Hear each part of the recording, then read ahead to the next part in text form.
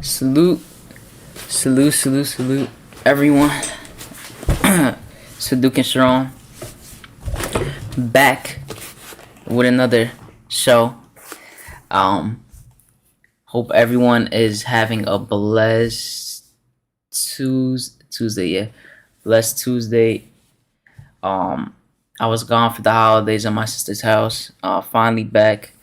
Gonna do a recap of the past games. The last 5 games that I missed. Gonna have some people on. Gonna talk about last night's game, and then also as well we're gonna talk about the game that's at 8:30. I hope everyone is doing good. Miss you guys. T-Jack, salute. I see you. Keyshawn, what's good? What's good? We got Cully in here. JLD, and I see you. Salute. Shout out to everyone. You guys are smashing the like button before I even started, so definitely appreciate you guys. Yeah, definitely. Let's get it started. Unleash Duke. What's good, Gregory Castillo? Salute. But yeah, I'm gonna just kind of go over the games, of course. Sorry. I'm gonna go over the games. Some people are gonna join in a little bit. I'll see, and I need to go to the thing. Big Shiesty, salute. The first game that we will be talking about, just like you saw in the thumbnail, first game that we're going to talk about is the Phoenix Suns. This is the game that, what's his name? Let me go on it. I have it open right here. This is the game that Devin Booker kind of went off. We didn't have a great game at all. It was kind of close in the beginning, but they basically separated towards the end. But I'm going to pull it up right here, stats for the game. I'm not really going to go over it too much because that game was kind of horrible game. So I'm going to show it right here, the box score. Let me save it real quick. Show it right here. Right here. This is the box score for the game. Real quick, let me shout out people coming in. Gregory Castillo said, Hadouken, I am the best person else in the world. If you want to have me on to break. Yo, Greg Castillo, if you want to come on, just let me know. I gotta send you the Zoom link. So send me your email. I think I'll just send it to you through email. But yeah, I'm just gonna go over this game first. This was the game against the Suns, of course, as you can see. Why is it bugging out? This is the game against the Suns. We lost by 21 points. As you look here, Mikal Bridges had a solid game. Jay Crowder had a solid game. This whole team in general, they shot 56% from the field. We shot 47. I'm just gonna talk about the standouts. DeAndre Ayton double 14 and 13. Devin Booker 14 to 27, 4 for 9 from 3. He had 32 points. A very efficient game by him. Chris Paul, the point guard, 14, 4 and 10. Only 2 turnovers. Everyone else had a solid game. But of course, this is the main thing to look at. 56% from field, 47 from 3. Rj Barrett, another struggling offensive game. Devin Booker scored a good amount on RJ. He had defensive lapses a few times, but there was a good amount of shots that Booker made that he played pretty good defense on. I'm going to say kind of the same for Burks. You could just see early on Devin Booker was having it. So that's mainly what happened that game. During this game, Evan Fournier struggled again. Randall struggled. Kemba Walker had a decent game.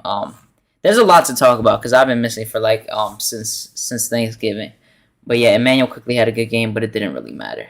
But yeah, that's basically the game. This game so far.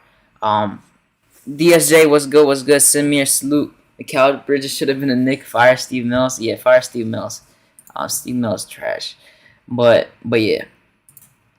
Let me put this here. Let's talk, dude, real quick. Yeah, well, I mean, you guys obviously saw the Suns game. I don't know if I should go through it now. I'm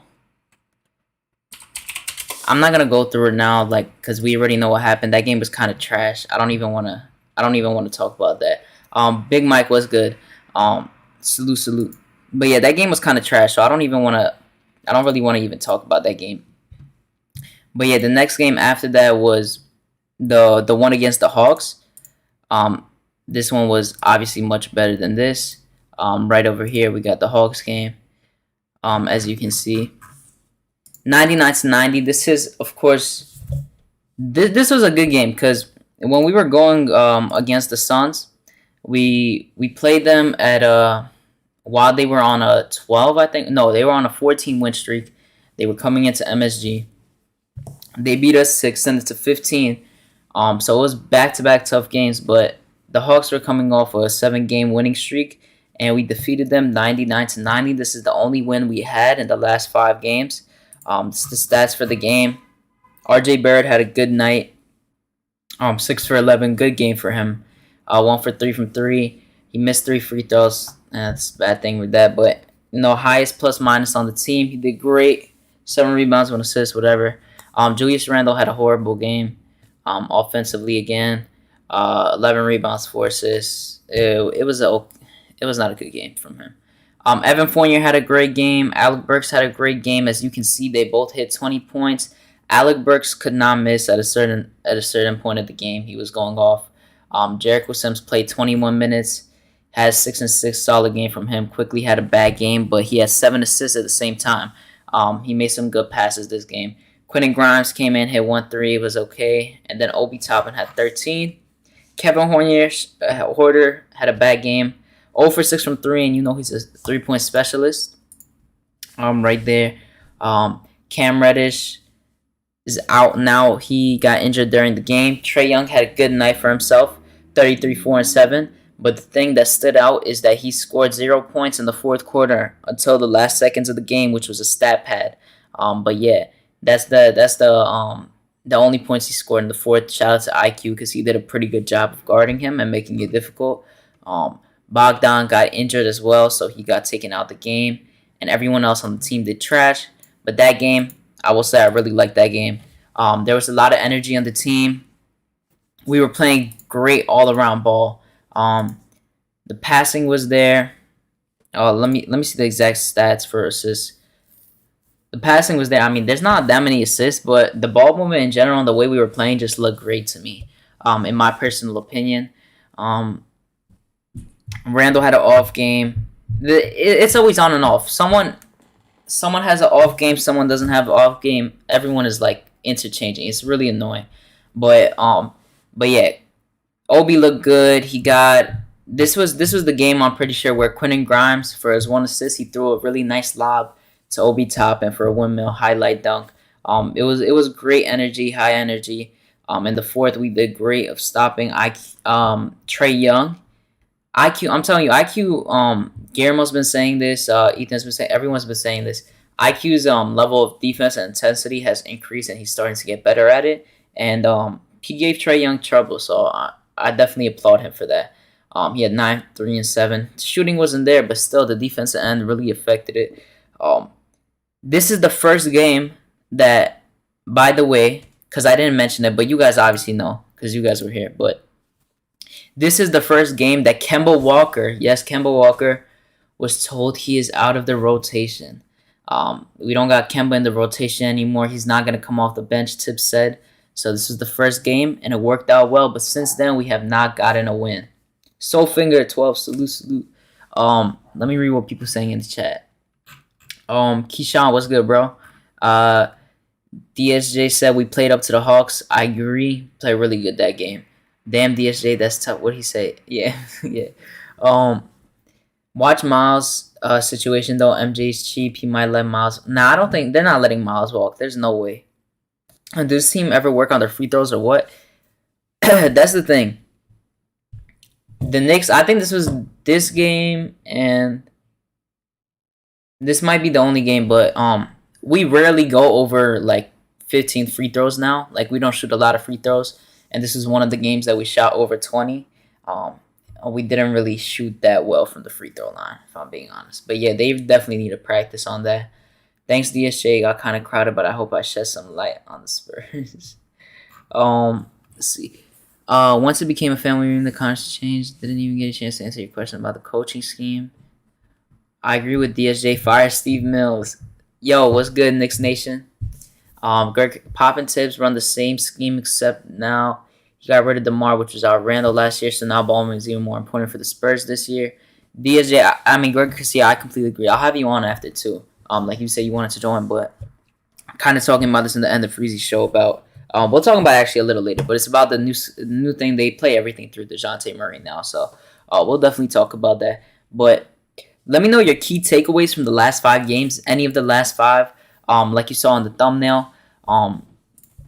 In general, this game, we showed a lot of effort, we showed a lot of fight, and this game we didn't have Taj Gibson, we didn't have Nerlens Noel, we didn't have Derrick Rose, and this is the game we took Kemba out of our rotation, so it was a really good game for us to win, and we really needed it. But yeah, that was this game.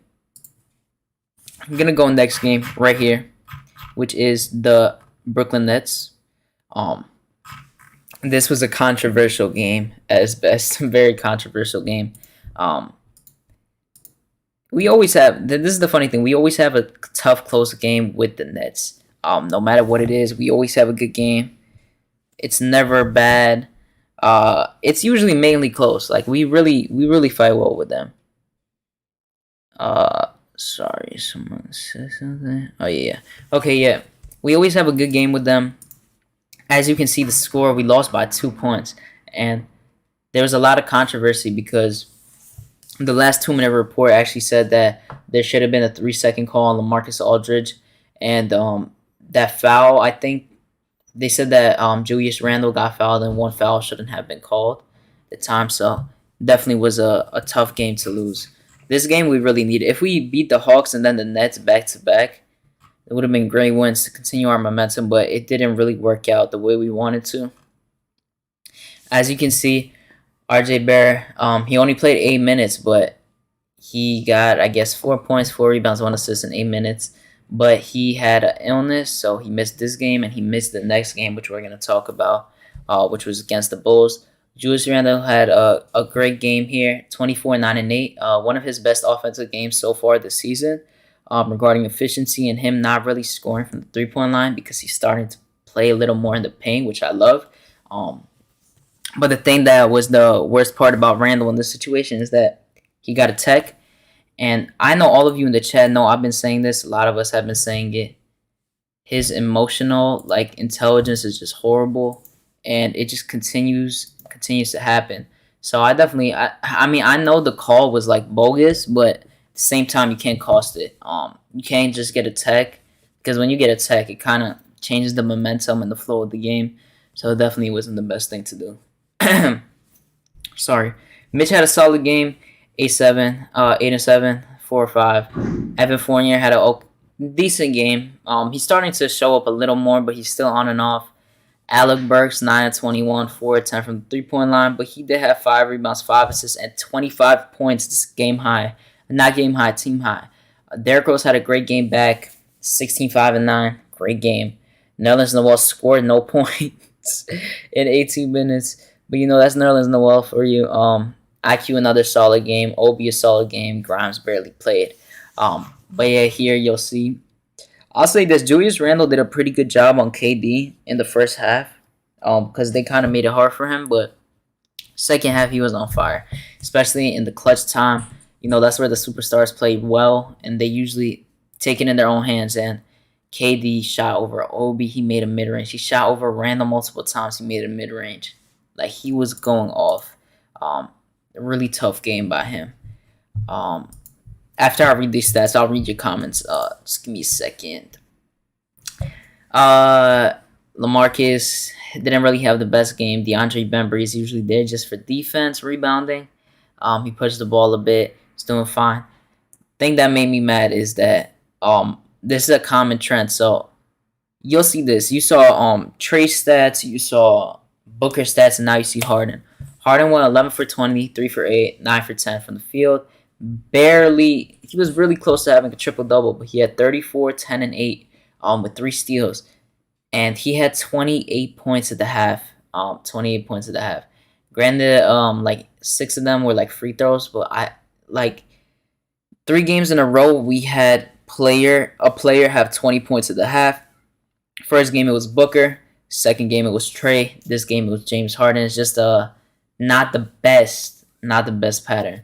So I'm glad that we might start like defending. I don't know. The defense is so bad at this point in the perimeter, especially at the guard wing position, because the only one is RJ, and RJ was out.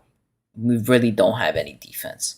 I don't even care about the rest of these stats. I'm gonna be honest. Over here, but as you can see, had the same amount of assists. We just had less. We had more rebounds at the same time, but I just don't. I really just don't understand why we can't get good calls. We don't really get the best calls. Go to our favor, especially this game. I'll say this game was about the turnovers and about the calls that we didn't get, and it kind of screwed us over towards the end. Let me see what people are saying. Yo, Juju, salute, how you doing? DSJ said 5 key takeaways. 1, Miles McBride might need to be inserted into the starting lineup to secure the strength of the second unit. Yo, Afro, salute. What's good, Afro? How you doing? Hope all is well with you. Let me see real quick. Yeah, no. I don't know when Miles McBride is gonna play, but I hope he plays soon. I think Miles McBride should be playing. Like 5-6 minutes a game, nothing crazy, but I definitely think he should be playing. I would like to watch him play in general, but yeah. Let's see what people. Randall might need to play more off the ball in regards to pick and roll action. Be the trail man. Yeah, he started. Like I said, I was saying this before the season. I said the things I want to see coming into the season from Randall is him to play more in the post and take his guys to the paint. Pause. But take his guys to the paint and bully his way into it, because he could definitely do it. And you're seeing it now. He's starting to do it a lot more. DSJ, bro, that's exactly what he needs to do. 3, time to admit that the front office failed the organization. Thibs wanted a tall wing who spaced the floor and defense. Didn't draft that.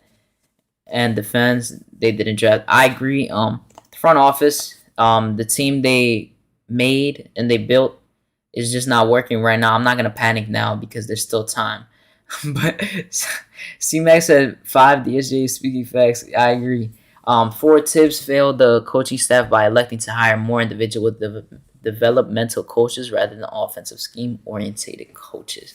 I completely agree. I'm not gonna lie, I completely agree. I just feel like they didn't do the best.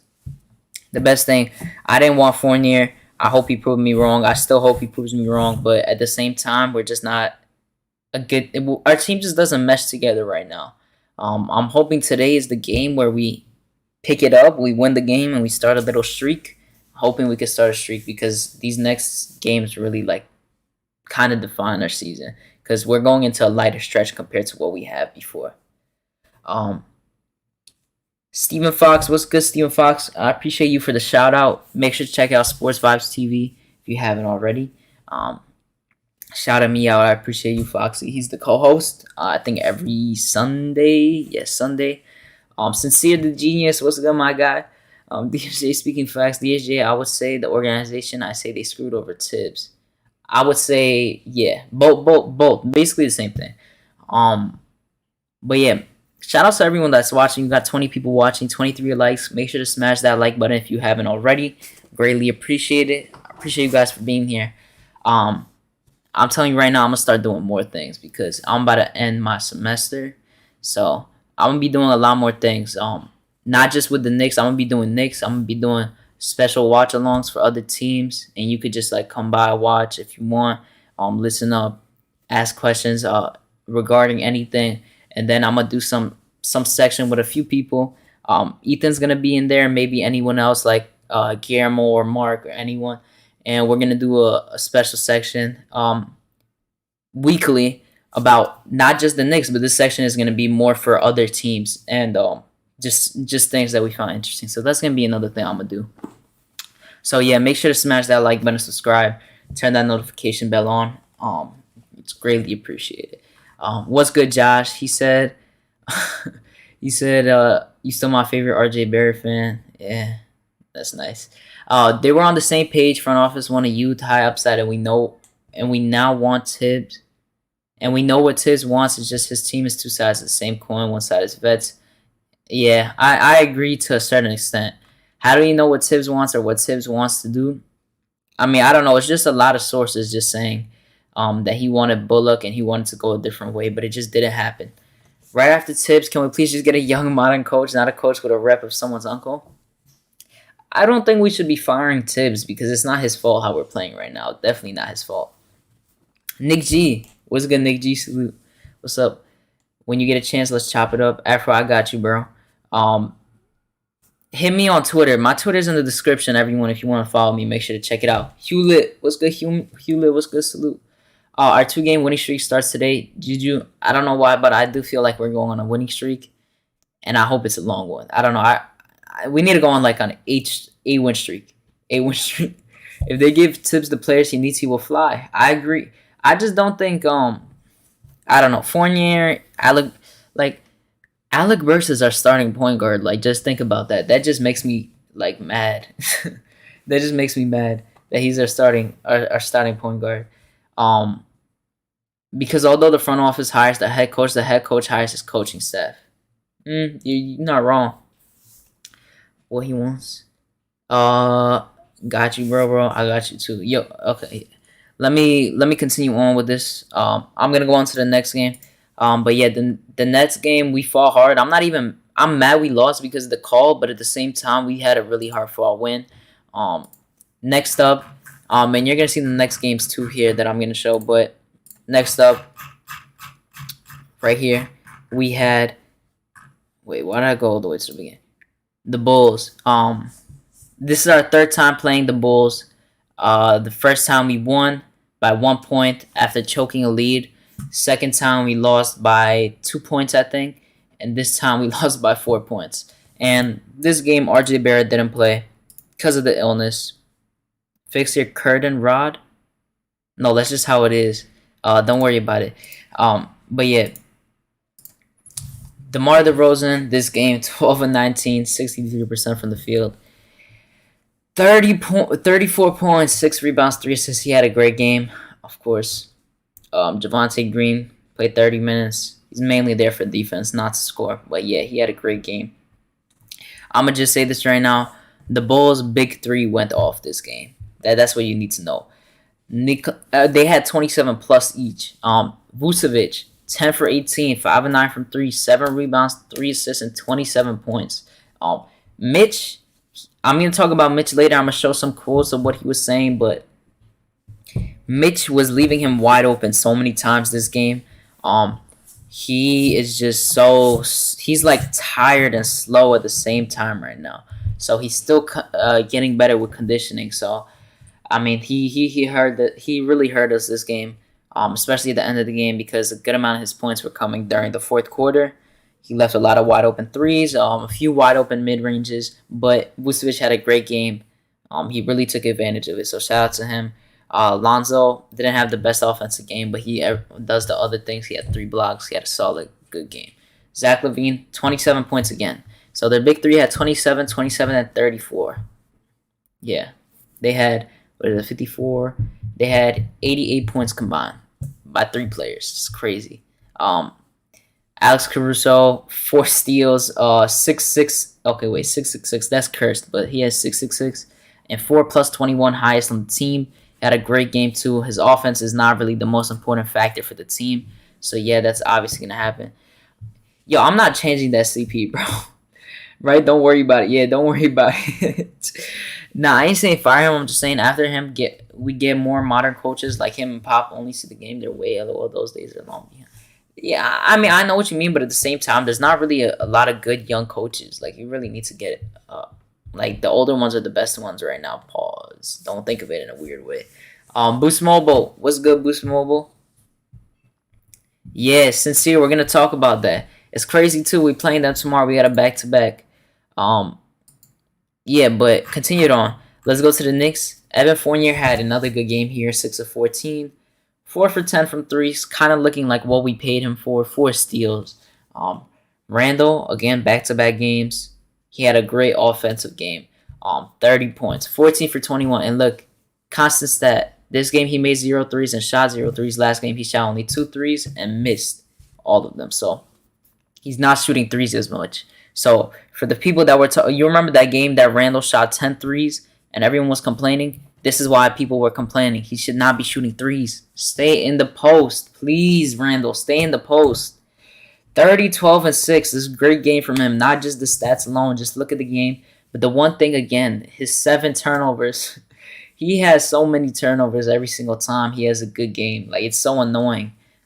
He has some crucial turnovers in this game, especially one in the last 2 minutes by Alex Caruso, who just stole the ball from him. And they got a transition play where Evan Fournier looked like he blocked Zach LaVine, but apparently it was a foul. But in the 2-minute report, it said it wasn't a foul. So, we got screwed over again.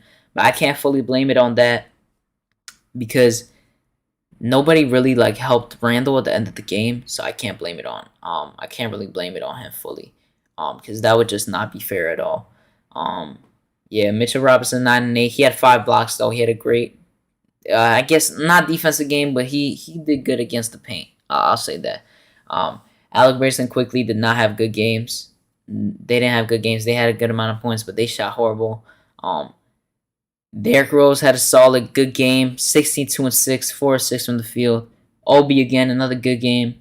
8, 4 and 1, 2.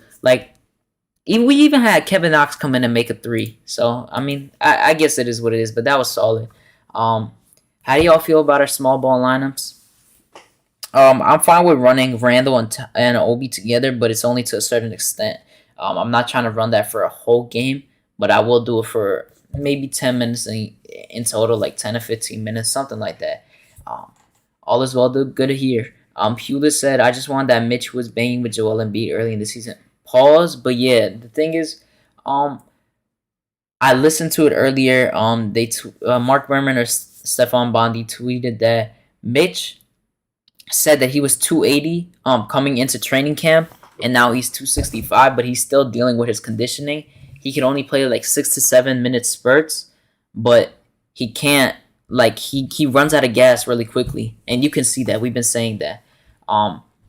CP Dollars, I can't get super chats yet. I don't know how it works. I think I need to reach a certain amount of subscribers. But yeah, don't worry about it. I got my Cash App in the description if you guys really want to show support. I got my Cash App and Twitter in the description if you really want to. But yeah, I don't got super chats yet. So I really gotta wait for that a little bit. Rick V Salute said we better not leave Indiana without one of them 3. I would say the only one I'm really looking at is Miles Turner because Sabonis and Randall to me wouldn't really look good. And then Karis LeVert is too injury prone for me, and I think he would be better fit on another team with a different role. He can't shoot. He just don't want to pay that school dude. I'm telling you, okay. Julius for LeVert and Sabonis, would you do it? Andrew K, what's good? Yo, you guys are asking the good. Yeah, drop any crazy trade proposals. I'm telling you guys right now. We're gonna have some good shows, especially during the trade deadline. Now, once December 15th hits, you're gonna hear a lot of trade rumors surrounding the Knicks and a lot throughout the league. We're gonna be going over that 100%. But yeah, you're gonna start to see it pick it up. Julius for LeVert and Sabonis sounds interesting, but at the same time, they wouldn't do that. To be honest, they wouldn't do that. I don't know. Let me know what you guys think in the chat. I really don't know, because in my opinion, trading there are certain things Sabonis is better at than Julius, but then I could say the same thing for Randall. So I don't know. Sabonis might probably fit the Knicks more with Thibs, but I really don't know if I would do that. It's a tough trade to think about. Mitch needs to be out of the paint. If he's not looking to score, he's clogging it. I agree with you, Hewlett, but at the same time, if he's not, you're talking about offense. I agree with you, but there's not really anywhere he could really go, because the thing with Mitch is he's such a great offensive rebounder, and he loves going for rebounds that he has to be in the paint. He has to be in the paint. We can't really do anything else. He's our best rebounder on the team. He's the one that gets the most contested rebounds on the team. We need him to be in that spot. So it's kind of a struggle on offense, unless we get a stretch.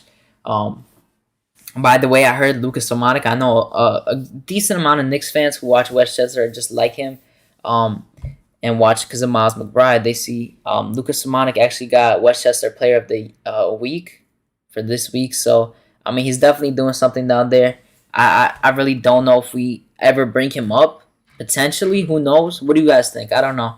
Um, Stephen Fox will be seeing the point guard of dreams tonight. DeJounte Murray, 7 double-doubles in a row. Stephen Fox, I will be talking about that later. I don't want to say it now because I got one more game after this to talk about. But yeah. Yo, Julian Blum, what's good, Julian Blum? I'll pause. And the front office pulls off a trade in our division with Indiana. I'll be happy, y'all. Like and subscribe. Yeah, 27 people watched, 32 likes. You guys showing mad love. I appreciate you guys. But yeah, make sure to smash that like button. Okay, let's have a goal of 50 likes today. We're at 32. Smash that like button if you haven't already. It's right up here. It's all free. Subscribe and turn that notification bell on. Appreciate it. C-Max says, would you trade for De'Aaron Fox? I've said this last year. I would like to trade for him, but I don't know what that trade is right now. Like, I don't know what the Kings would want. Like, they don't need IQ. They don't really need Obi. I really don't know if we would be a good trade suitor for the Kings. Yeah, I really don't know at this point. It's kind of tough to think of. Everyone sent Hadouken $8. Yeah, no, that's funny. No, I mean, you could. No, I'm kidding. I live for trade season. I love trade season too. Trade season is the best time, except when I hear people I don't want to hear in the trade rumors. You guys obviously know who I'm talking about. Randall is tradable.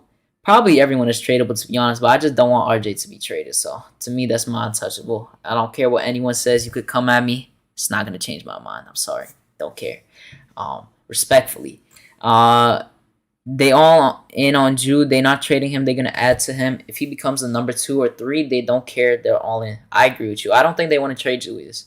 I just think they want to find a way to play with Julius and pair him up with someone, or just build him and RJ up at the same time and then trade Fournier and Noel and someone else to get another player with about that salary. That's probably what. Love them Scorpio reasons. Yo, CT, what's good, CT? Everyone, make sure to check out his channel. He does post games, pre games, reviews, not reviews, but like, you know what I mean, post games, pre games to talk about it. Make sure to check out The Streets Are Buzzing, 100%. Shout out to him. Damn, there's so much chat right now. I'm losing myself. Robert Parr, what's good, Robert Parr? He said, what's good, what's good? I'm good, I'm chilling. They're gonna know soon. King facts, yeah. Scorpio vibes, I'm here for it. Let me just. Nick should grab one of those Indiana players. Trade RJ. Yeah, you're annoying. Yo, CP, you're annoying, bro. C-Max, Rick V was good. David Parker was good. You like RJ Turner? I mean, Evan. Yo, y'all are just trolling me, but I could take it because I'm chilling. But yeah, nah, y'all are funny. But yeah, nah. Yeah, whatever. This game, Julius Randle had a good game. Alec Burks, no one else really had a good game. But yeah, this is the Chicago Bulls game. DeMar DeRozan has legit been the king of the fourth quarter. Shout out Kenny, if you know who that is. But he's legit been the king of the fourth quarter. He barely misses in the fourth. I think he's still leading the league in the fourth, but he could not miss a shot whatsoever. Shooting it over Randall, over Mitch, shot it over Burks, of course. Evan, like, he's shooting it over everyone. It doesn't matter what he does. He goes in the mid-range. If he sees he can't get a wide open look, he does a little spin, and then he shoots a mid-range. He pump fakes like twice, leans back, gets an and one. Yo, he's so nice. I wanted him over. I'll just say this right now. I wanted him over Fournier. Someone was legit trying to tell me that DeMar was not only not the right fit for the Knicks, but Evan Fournier was just the overall better player. And I know that is cap. You're just seeing it right now. Yo, yeah, what's good, CT? Noel and Fournier and a pick for Turner and Warren. Sincere, I don't think it would take all that, to be honest. I don't think if I'm trading Fournier, I'm not trading him for Warren or Turner. I think the best thing is probably like Noel and Obi for Turner. That's probably something they would do, or Mitch and Obi. It got to be something like, I think Obi got to be included in the deal, to be honest, in order for that to happen. I wanted Torrey Craig when he was bought out. I don't know how many people know I said this before. I wanted him when he got bought out, but he got picked up so quick. Josh, that's funny. Yeah, not yet, bro. Not yet. I'd call and ask about him today. I would too. 100%. And Big Mike, I agree with this. RJ and Randall's games are like oil and water. They just don't mix. Yeah, they just haven't mixed. I don't know what's going on with them. It's really weird. It's kind of strange. I feel like we had RJ Hampton except RJ Barrett in these past couple of games. That's funny. Got Barcelona. Keep going, bro. Yeah, shout out to Cully, bro. Check his ish out, bro. Go to his Instagram. It's Cully underscore. Wait, I have it here. It's underscore Cully underscore. He's dropping bangers now. I think he's starting up to do stuff. He's gonna do some features with J Boogie and all that good stuff. We're gonna play it here. You already know that, but he got some nice stuff on his Instagram. So make sure to check that out. It's fire. I'm not even capping. It's fire. I wouldn't tell you if it's not fire. I would tell you if it's not fire. And yeah. And check out cptheartist.com. He got some art in there. If you're interested in art and all that good stuff, make sure to check that out as well. You know, we gotta support our guys. Come on. Like, we're in a community, we gotta support our guys, of course. But yeah, that's over with this game. Sorry, you hear my dog in the background. He's bugging out. But this game, there's a lot to talk about because this game was trash. I woke up and then fell asleep, and then I woke back up like with 4 minutes left in the first quarter, so I missed like 8 minutes. But yeah, of course, we lost this game, 113-99. Aaron Gordon didn't really do much. Jeff Green, solid. Jeff Green is always a solid vet.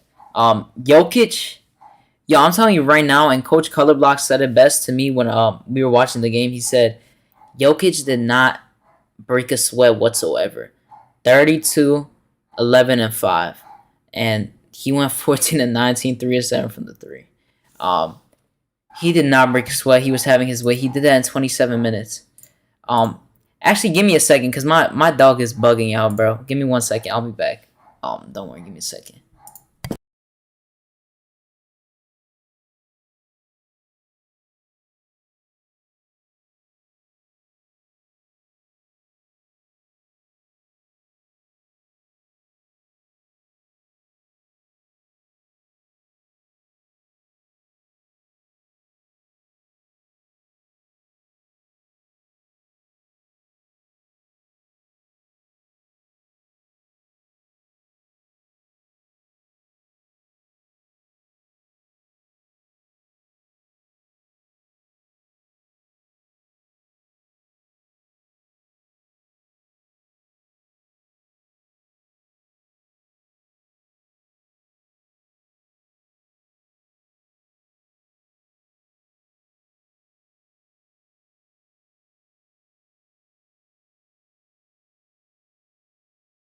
All right, my bad. I'm back.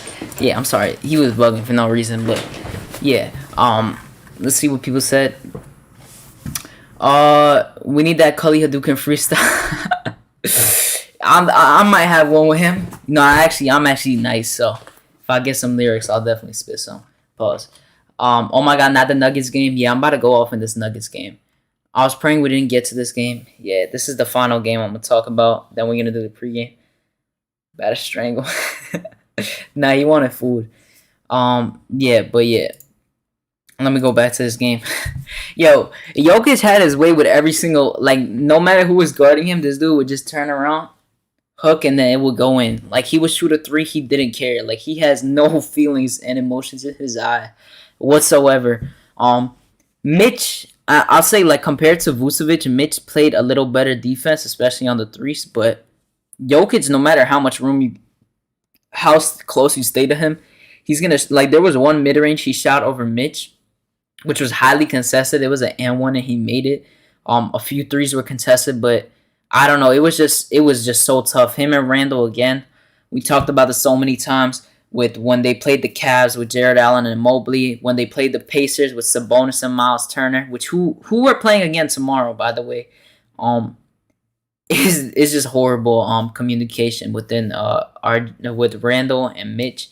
The team overall in defense doesn't have the best communication, so still an ongoing thing that they got to get better at the same time. This show got Australia buzzing. Yo, that's funny. We need that Sabonis or Turner energy in New York. I'll take any of the Pacers' top 4 players. Brogdon can't be dealt until the offseason, but that's why they said That's why they said Karis LeVert, Sabonis, and Miles Turner. I also heard Jeremy Lamb is getting interest from the Lakers, so we'll see. They're definitely having a fire sale. They're about to have a fire sale like the Magic did during the deadline. But yeah, Will Barton didn't have the best game. Monte Morris had a decent, solid game. Facundo Campazzo, solid game again. Um, Yo, this is another player. By the way, this was an MSG, and if you have you probably have a long list already in the first 23 games. You have a long list of people that got their career highs in MSG. But yeah, add Zeke Naji to that list. 7 of 13, 5 of 9 from the three. 8 rebounds, 21 points. Yo, Julius Randle did not guard him whatsoever. Like, he just left him open so many damn times. It was so annoying. Oh my god. Like, there's so many clips on Twitter of Randle just like not looking at him and just leaving him open, and it got me so frustrated. Oh my god. Zeke Naji is a second-year player. He just came back up from the G League. This is career high. And he just smoked us. We really let him smoke us. Like, they're so bad. But just look, I know everyone that was watching, even when we were down 20 points, just know this. When we were down 20 points, these dudes could not miss a three. They made like 4 threes in a row. We couldn't do anything. We still had Randall out. We still had Fournier, Rose. Like, everyone was still in the game besides RJ. RJ was sitting, whatever. I don't care. Like, it's fine. I don't care about the stat pad, whatever. But he was not in the lineup for some reason. But yeah, they were down 30. Randall, they were just running around. And this whole team just kept making threes. It was pissing me off. It was so bad. Now we gotta go to the Knicks, of course. By the way, they shot 52% from the field, 47 from three. Okay, now the Knicks. Rj Barrett coming back from illness. I didn't expect them to have a good game this game. I said it to a few people. I said it to Freezy too before. I didn't expect them to have a good game this game, but 5 of 13 from the field, 1 of 7 from three. 4 rebounds, 1 assist, 13 points. He was a minus 17. I mean, a lot of people were a minus, but he was a minus 17. I don't even know why. I didn't see him really get cooked by anyone. If anyone can tell me in the chat, like, how I don't know. I don't know how it totally works, but yeah. Evan Fournier had a pretty solid game too, but it didn't really matter because, some of it just came when we were down 30. Randall's numbers right now, I'll tell you what Randall's numbers were before. I'll tell you what Randall's numbers were before we were down 30 points. I mean, right when we were down 30 points, Randall was 5 of 13. And he had like 15 points, so I don't even care about Randall's stats. I'm going to be honest, I don't care about anyone's stats in this game on the Knicks because they played trash. And this was an embarrassing game to watch as a Knicks fan. They made me wake up at 1 o'clock p.m. And yes, 1 o'clock might seem like you guys are definitely older in the chat. 1 o'clock may seem late for you guys, but for me, that's early because I go to sleep late. But yeah, this pissed me off, and it pissed me off for the rest of the days. Like, the later games, I could get pissed for a little bit and then come back, but this game just got me pissed and mad, bro. I was mad. Let me do this real quick. Gallery. I got my guy. High non-video. High self-view. All right, Ethan, what's good, bro? Oh, wait. What's good, Ethan? Is this here? Yo, Ethan, what's good? Yo, what's good? Damn, why you sound like that? Why'd you sound like that? That was funny. Nah. I just woke up. What's up, yeah? You good? Let me add the Zoom thing. All right, the Zoom thing is right here for everyone to see. What's good? We talking about the Nuggets game. We went over the first 5 games so far. It's a lot of rage in the chat. But yeah, what's good, bro? How you doing? I'm good. Just hoping we goddamn win tonight. If we don't, I swear to God, I'm be pissed. Yeah, we were about to talk about the Spurs in a little, and then about the Pacers rumors and stuff like that. But real quick, let me read what people are saying in the chat. Worldwide Hadouken, yeah. Yo, Frederick, what's good, bro? Hope all is well with you. Nuggets game, 18 open threes, no one within 6 feet. Is that 6? No, is it 6 feet? 6 inches? I don't know. Pause, but I think you're saying 6 feet. I feel you, Foxy, but he's chill. He said Magic last year and we didn't take advantage. Yeah. What y'all thoughts on TJ Warren? I like TJ Warren as an individual player, but his injuries legit killed him. Like, he got bought out by the Suns, even though he was averaging like 16 points per game. I'm pretty sure, if I remember correctly. And then he came to the Pacers. He had his bubble MJ moment, and then he got injured again. So it was kind of sad to see that. CP the artist said Julius was trash. Yeah, I agree. Everyone was trash that game. That's why I literally don't even care about anyone's stats. Even if RJ had 30 points, I would just the only thing I would be happy about is him coming out of slump, but I would overall not even care because that game was trash. It was horrible. Ethan, how you feel about that game? Yo, Diego was good. It's my guy from school was good. Bro, it was so ass. It's like the Denver game, right? Yeah. Bro, that this second half was so bad, and the crazy thing was in the first quarter, I thought the first half that could be our worst half.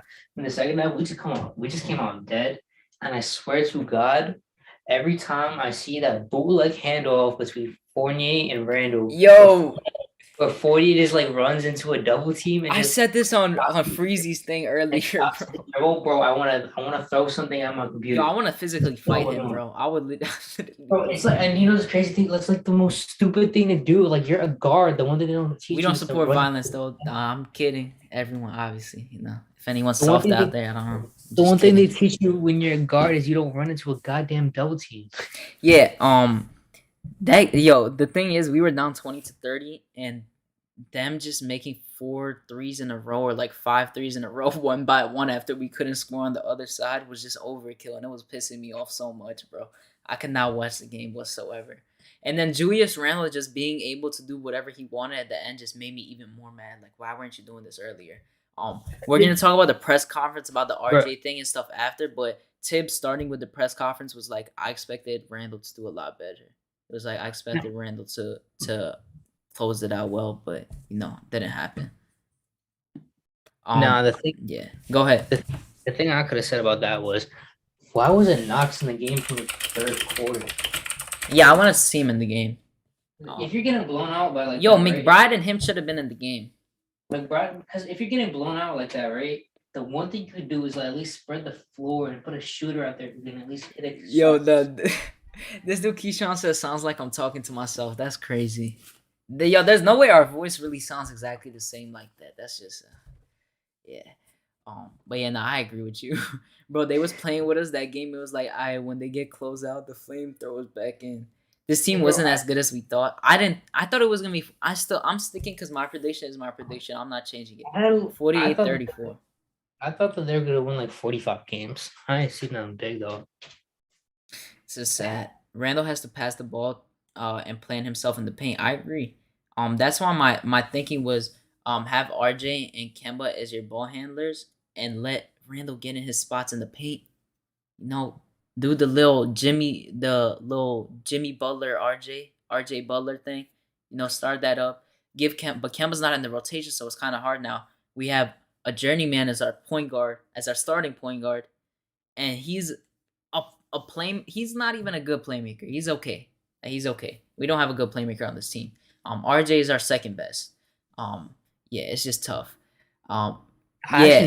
Make sure to hit that, smash that like button, subscribe if you're new, turn that notification bell on. Our goal is 50 likes. We at 40, so shout out to you guys.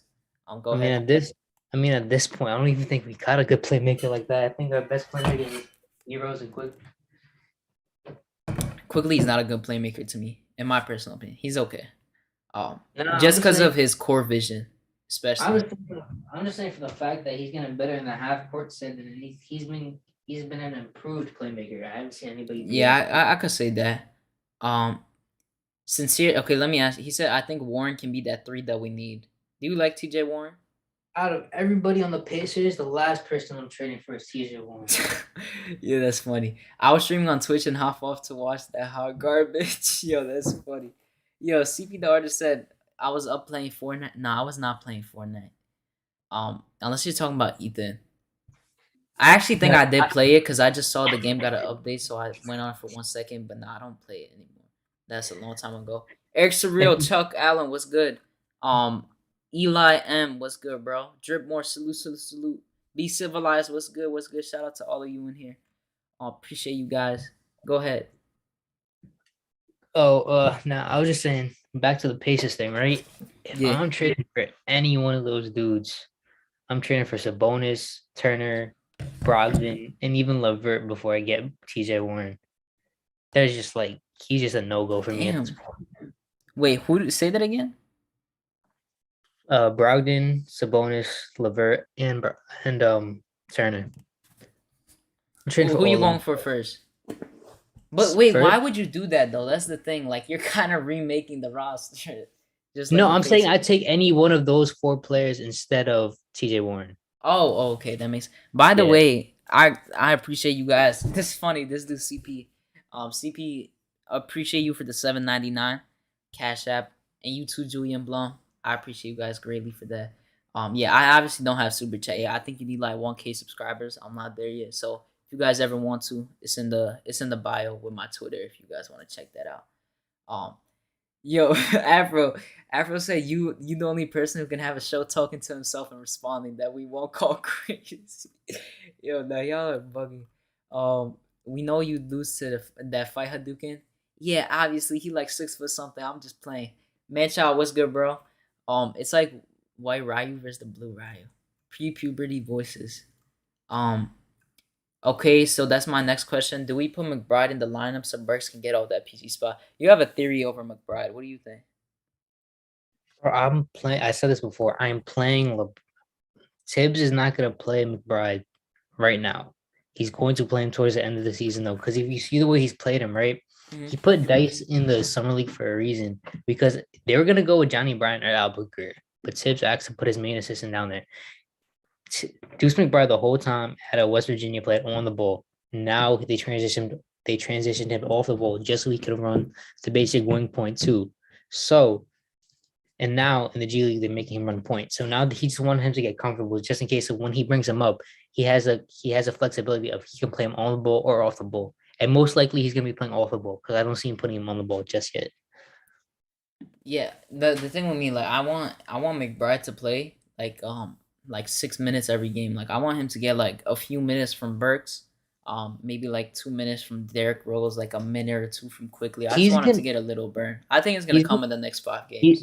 he's gonna need to take some minutes from Burks in quickly though I because agree because of Kemba out the rotation. That's the only thing that makes sense to me. no Burks and what you call it Rose because that us we're counting on journeyman veterans right now to hold the ball team. Yeah, it's actually sad. That's why I keep mentioning that. Our team showed their true colors last game. I called the whole team trash. Me too. I literally after that I named them one by one and said all of them suck. RJ was one of them too. For people that think I wouldn't say that. We gotta play Knox tonight so we can trade him tomorrow in the Turner deal. Yo, not. I don't even know what's going on with Knox. I feel bad for him, but it is what it is. There's no playmakers, but RJ's our second best. Who's the first? I guess Randall. I don't know. He's not even that good of a playmaker. To be And honest. CP, you saying you wish they put Frank and Knox in the G League? I don't really know what to say to put Frank and Knox in the G League because I don't even know how that would help. Because Kevin Knox CP. would because if you think about it, Kevin Knox would have just averaged 40 in the G League. And Yes. if you put Frank and if you put Frank in the G Trade for all League, of them. like what is he gonna do? He's just gonna give up the ball. I don't think he would have like took over Like either way. Grimes be our new Plus, Bullock. yeah, I don't really think you put the only team that will put like a top pick in the G League is the Certified. Spurs. And the Spurs like groom players out of the G League. They did it with Josh Primo when Josh Primo played 18 minutes yesterday and had 4 blocks and 3 steals. So Cully said Torrey Craig. You see, Torrey Craig is good, but that's someone you could have gotten for free. So I'm not really trying to trade him. That's the definition of a basic role player. I like him though as a role player off the bench. No, yeah, I like him too as a role player too. But if we're trading for him, we're gonna be counting on him for big minutes. What he's saying, we already have a bunch of injury-prone players on this team. We don't need Warren. I agree. I wish they put. Okay, so CP, I was saying this. I've been thinking about this too. It's like so. It's kind of confusing to me because Knox. Okay, the first year he did good. He did solid. He shot bad from the field, but he did solid. Second year he got kind of screwed up. But why in this last year and a half haven't we put him in the G League? It makes no sense to me. I see Lucas Simonik is in the G League right now. He's cooking up. He got Player of the Week, like I said earlier, in the G League, and he's doing well. But at the same time, people were like, okay, Knox, but why is Knox not in there? He would be averaging like 30, 40 points, probably. No, I'm kidding. He would get like 25 points, probably. because the Nah, G League, Knox that's a in the place G he could League. average that much, 25 to 30 Knox points. in the G League, he'd average close to 30 something. Yeah, he That's could no, do something like that. Easily. nobody And I will think, stop him. yeah, I agree. It would have been better than wasting him on the bench, just like the Warriors are doing with Kuminga and Moody. They could have done that with him. But I think it was harder for them to do that just because I don't know. I guess it's That because it was was the his thing with third Knox year, is fourth too. year. Same with Frank being his fourth year, coming on to his fifth year. I think that's the main reason. Um, And the crazy thing about Knox too is right. You give this Julian dude Trent any was good. You Go give ahead. this dude, you give this dude any type of burn, and he's exactly what we need. We need a 6'9" athletic 3-level scorer. But the thing is, dude just can't defend. Thibs put him in for 5 minutes, and he got beat back door the first Yeah, play. no, that was bad. That was horrible. And the thing with Samanich too, right? Fun fact: Lucas Samanich is making more money this year than Mitchell Robinson, which is sad. Wait, But the who? thing, Luca? So, oh yeah, because he was a 19th pick, right? I think. yeah, so it's crazy. But the thing about it is, like, Lucas Samanich has a problem. He's not gonna fit in the main roster. So everybody think that we should call him up. He's not gonna fit. He won't get any minutes. So there's like the only player that we can honestly take from the G League right now would be McBride. And like even if you want to say put Grimes in the G League, well, Grimes is a one-trick pony, just defend and shoot. So like you can't really put him in the G League to do anything because he's not developing as a game offensively. Yeah, no, I totally agree with you. Um, what's it called? Someone said something. He said Samanic has a better offensive arsenal than Knox.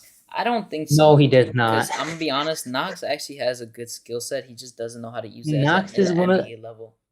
I can argue right now if the Knicks did like a one-on-one drill with every player, Knox would win it. Maybe Knox or Randall, just due to the fact that they're just buckets. You don't have it's a difference between being a good one-on-one player and being a good overall like NBA Yeah, basketball because player. one-on-one doesn't mean you're a good team player or like just a basketball player in general. What he say? I heard that. Yeah, I meant like one side of the ball. If I was Knox, I would go overseas. Yeah, that Luka kid is balling. He's the 19th pick. Yeah, bro, I cried on that damn backdoor. I was rooting for Kev. Me too. I was rooting for him. He was questioned for his motor. Both of them been questioned for their motor. Hewlett, RJ gets beat backdoor.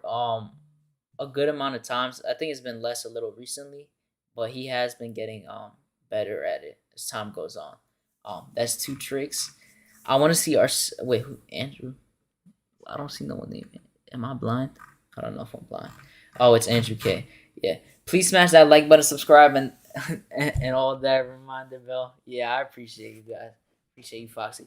Is that Ethan or Hoodie Kev with a voice changer? That's Ethan. It's not Hoodie Kev. Luka actually had quick hands in defense. I don't like his defense, except there's like certain moments where he does put the intensity up on defense. I'll say that. Just that. Oh my Like god. the thing with Luka is like, dude, you're a big. Popovich does not draft bigs at all, and you were the one big that he drafted, and he said, "I'm good." In like a year, 2 years. Yeah, 2 years, right? Yeah, this RJ's third year. They're the same draft class. Yo, that's crazy. My bad. I'm just looking at something. He made Popovich get so much PTSD. He didn't want to draft Şengün. Oh, that's funny. Luka, Lamar, Kevin Knox is a savior this Christmas at MSG. Bro, all I want is for like Deuce McBride to be guarding Trae Young full court on Christmas Day. Yeah, me too. And then I want RJ to just drop 40, 50 points, to be honest. Bro, I'm hoping Randall plays good tonight. Like, holy shit. I'm hoping RJ plays good. I don't even care. Bro, the amount of crap I've heard people talk Randall about him holding the ball. I'm like, yo, dude, look at the game. Knox can put the ball on the floor. He has no choice but to hold the ball. I just want one game where RJ and Randall just both drop 30 plus, bro. That's all I want to see. I want to see that. The stupid thing is that we don't have any other offensive weapons. Like, bro. If we had Chris Paul, I think both of them would be able to do that. Bro, if we had Chris Paul, Randall would be averaging 26 and RJ would be averaging like 24. Yeah. You know. This is actually that's why I get so depressed when I think about bro, if we had John Wall, right, and we started John Wall off in the offseason, so they had the whole training camp together, they would have John Wall and Randall would have got together, but you can't bring in John Wall now. Yeah. Like it's like they're just Unless he's bought out, I guess him or but like Goran Dragic. I would get one of them. in a fit, but they would Wall and Dragic would butt heads with Randall if they came to the team now. But if they came in the off season, then they could have got it together because they actually point guard. The thing with Kemba never point guarded. If RJ drops 50, I will cash out 50 the next day. I mean that if RJ drops 50, I gotta get cash up like 1 million. I'm kidding. If RJ Barrett ever drops 50, no, he will drop it once. I know. I'm not. This season, he's gonna drop 40 like a few times. I'm gonna bet that right now. He's gonna drop 40. Knicks Twitter is gonna go crazy. Nah, but seriously though, in all seriousness, when talking about RJ, I got so pissed yesterday because I was looking at Twitter and they were like redrafting the 2019 draft, and most people had him out of the top 5. Just because the last 12 games, which is crazy. Yeah, see, the thing with that is, right, like, I understand when they're putting him out of the top 5 just because he's had a down year. But, like, I would say right now that I could see the point in picking Garland over Barrett. This is the thing. Okay, Garland so let me tell you about the Garland thing. All right, so you pick Garland at 3, right? Fun fact. Remember, the Knicks worked out Garland the day before the draft, and mad people wanted them to trade down instead of picking RJ. Gregory, send me your email. I'm gonna send it to you, so I can drop you the link because it's a Zoom link, so I can't really send it like that. But Ethan, who gets picked at 4? You know who's getting picked at 4, right? By the Hawks, and who he would play with. RJ would play with. Because you know they're not picking DeAndre Hunter over RJ because they want. No, I know. I didn't say No, but I'm saying you got Garland at 3, and then you got RJ next. No, I wasn't. No, my point was not picking Garland at 3. It was moving down to 5 and letting Cleveland go to 3 and get RJ, and us getting extra assets going to 5 and getting Garland. Okay, because that's what the front. I guess I don't know. I don't know what their thinking was, but think of this. Okay, let's say you pick Garland at 3, right? Mm-hmm. And then the Hawks get RJ. You got Trae Young, RJ, and John Collins. Bro, you know how I talk about an elite point guard with RJ? Imagine RJ being with Trae Young since his rookie year. You know how great that would have been for him? I'm telling you that now. I mean, yeah, I guess. But my scenario is where RJ goes to Cleveland. But the thing is, to me, like these redrafts, I can't say anything about it except the one with Zion. Because you easily have Ja over Zion now because of health problems, obviously.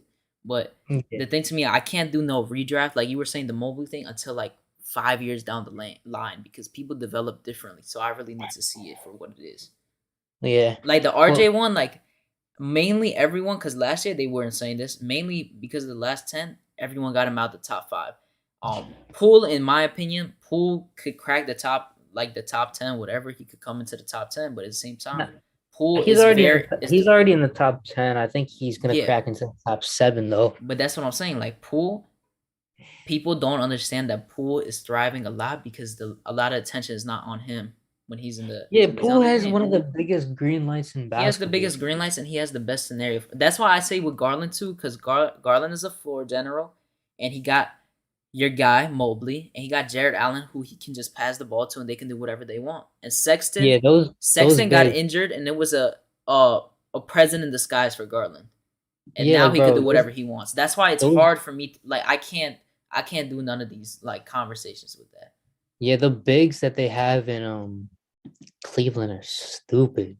They're getting gamely either 35 to 40. Yo, David Parker, stop trolling. Stop trolling.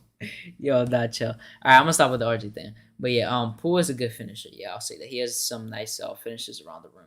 But the thing to me still, like the way when I see him play, he just has certain things where he chucks or like just puts up bad shots that gets me mad when I watch the game. But yeah, it's gonna be interesting though because apparently Poole's they're already like because they're not because they're gonna they're not gonna give Wiseman the extension, but Poole is up for the extension this year, and I want to see how much he gets paid. If he's gonna take on like a Curry and Clay type deal, how they did after their first contract. C-Mac, I agree. But yeah, going back to this Nuggets game, you look at the stats. Like I said, Randall played a horrible game. He was 5 of 13 before this, so I don't care about what he did. But overall, this game was trash. I don't think anyone cares about this game anymore because it's such a horrible game. I literally don't want to look at any more stats from that game. That game actually got me so mad. Um, Randall, please learn how to just play normal defense and just give some effort because it just makes a fan pissed off when they see you just standing still looking at a guy instead of just guarding up and defending him.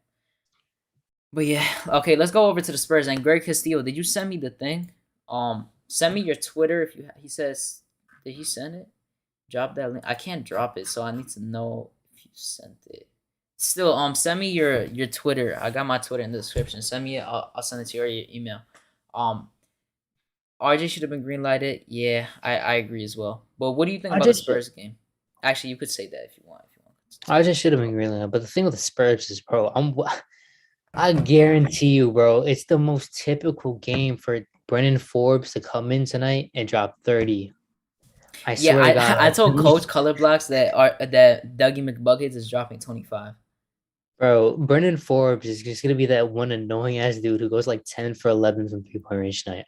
I swear. Oh wait, actually, I forgot. Julian transition on. He said, "Hey, has RJ made any comments since Thibs through share his work ethic?"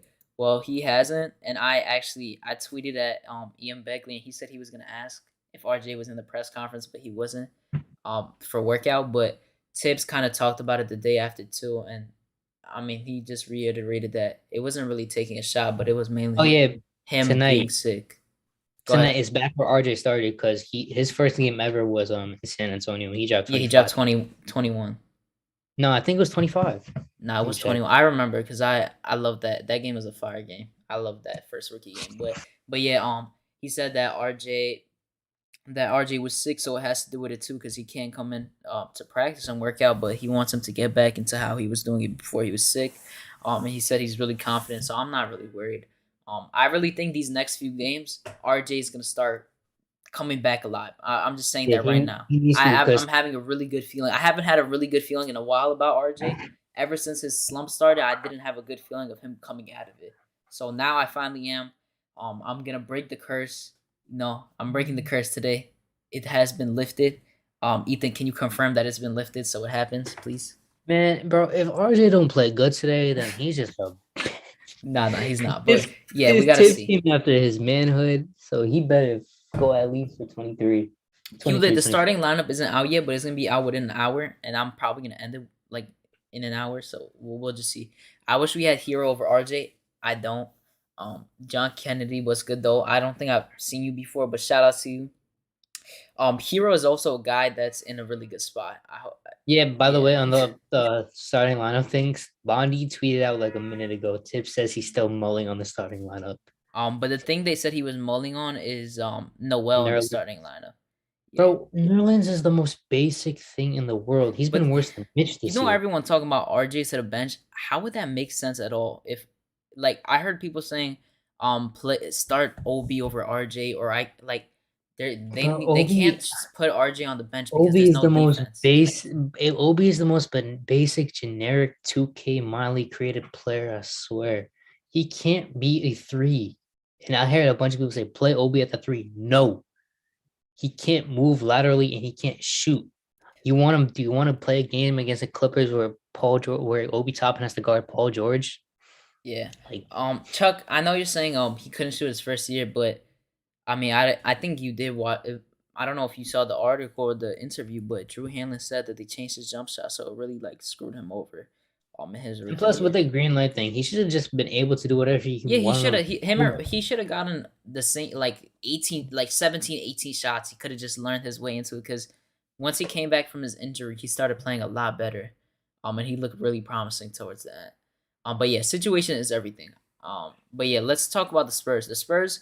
Talked about this earlier. I'm gonna kind of open it up right now too to show everyone. Actually, I won't show everyone, but I'm just gonna say it out loud. So the offensive ratings, Ethan, this is the Spurs for field goals made. They're number 1 in the league. And what do you think the Knicks are at? Give me a guess. 27. They're at 25. Okay, you're really close. And then field goals attempted. The Spurs are 3.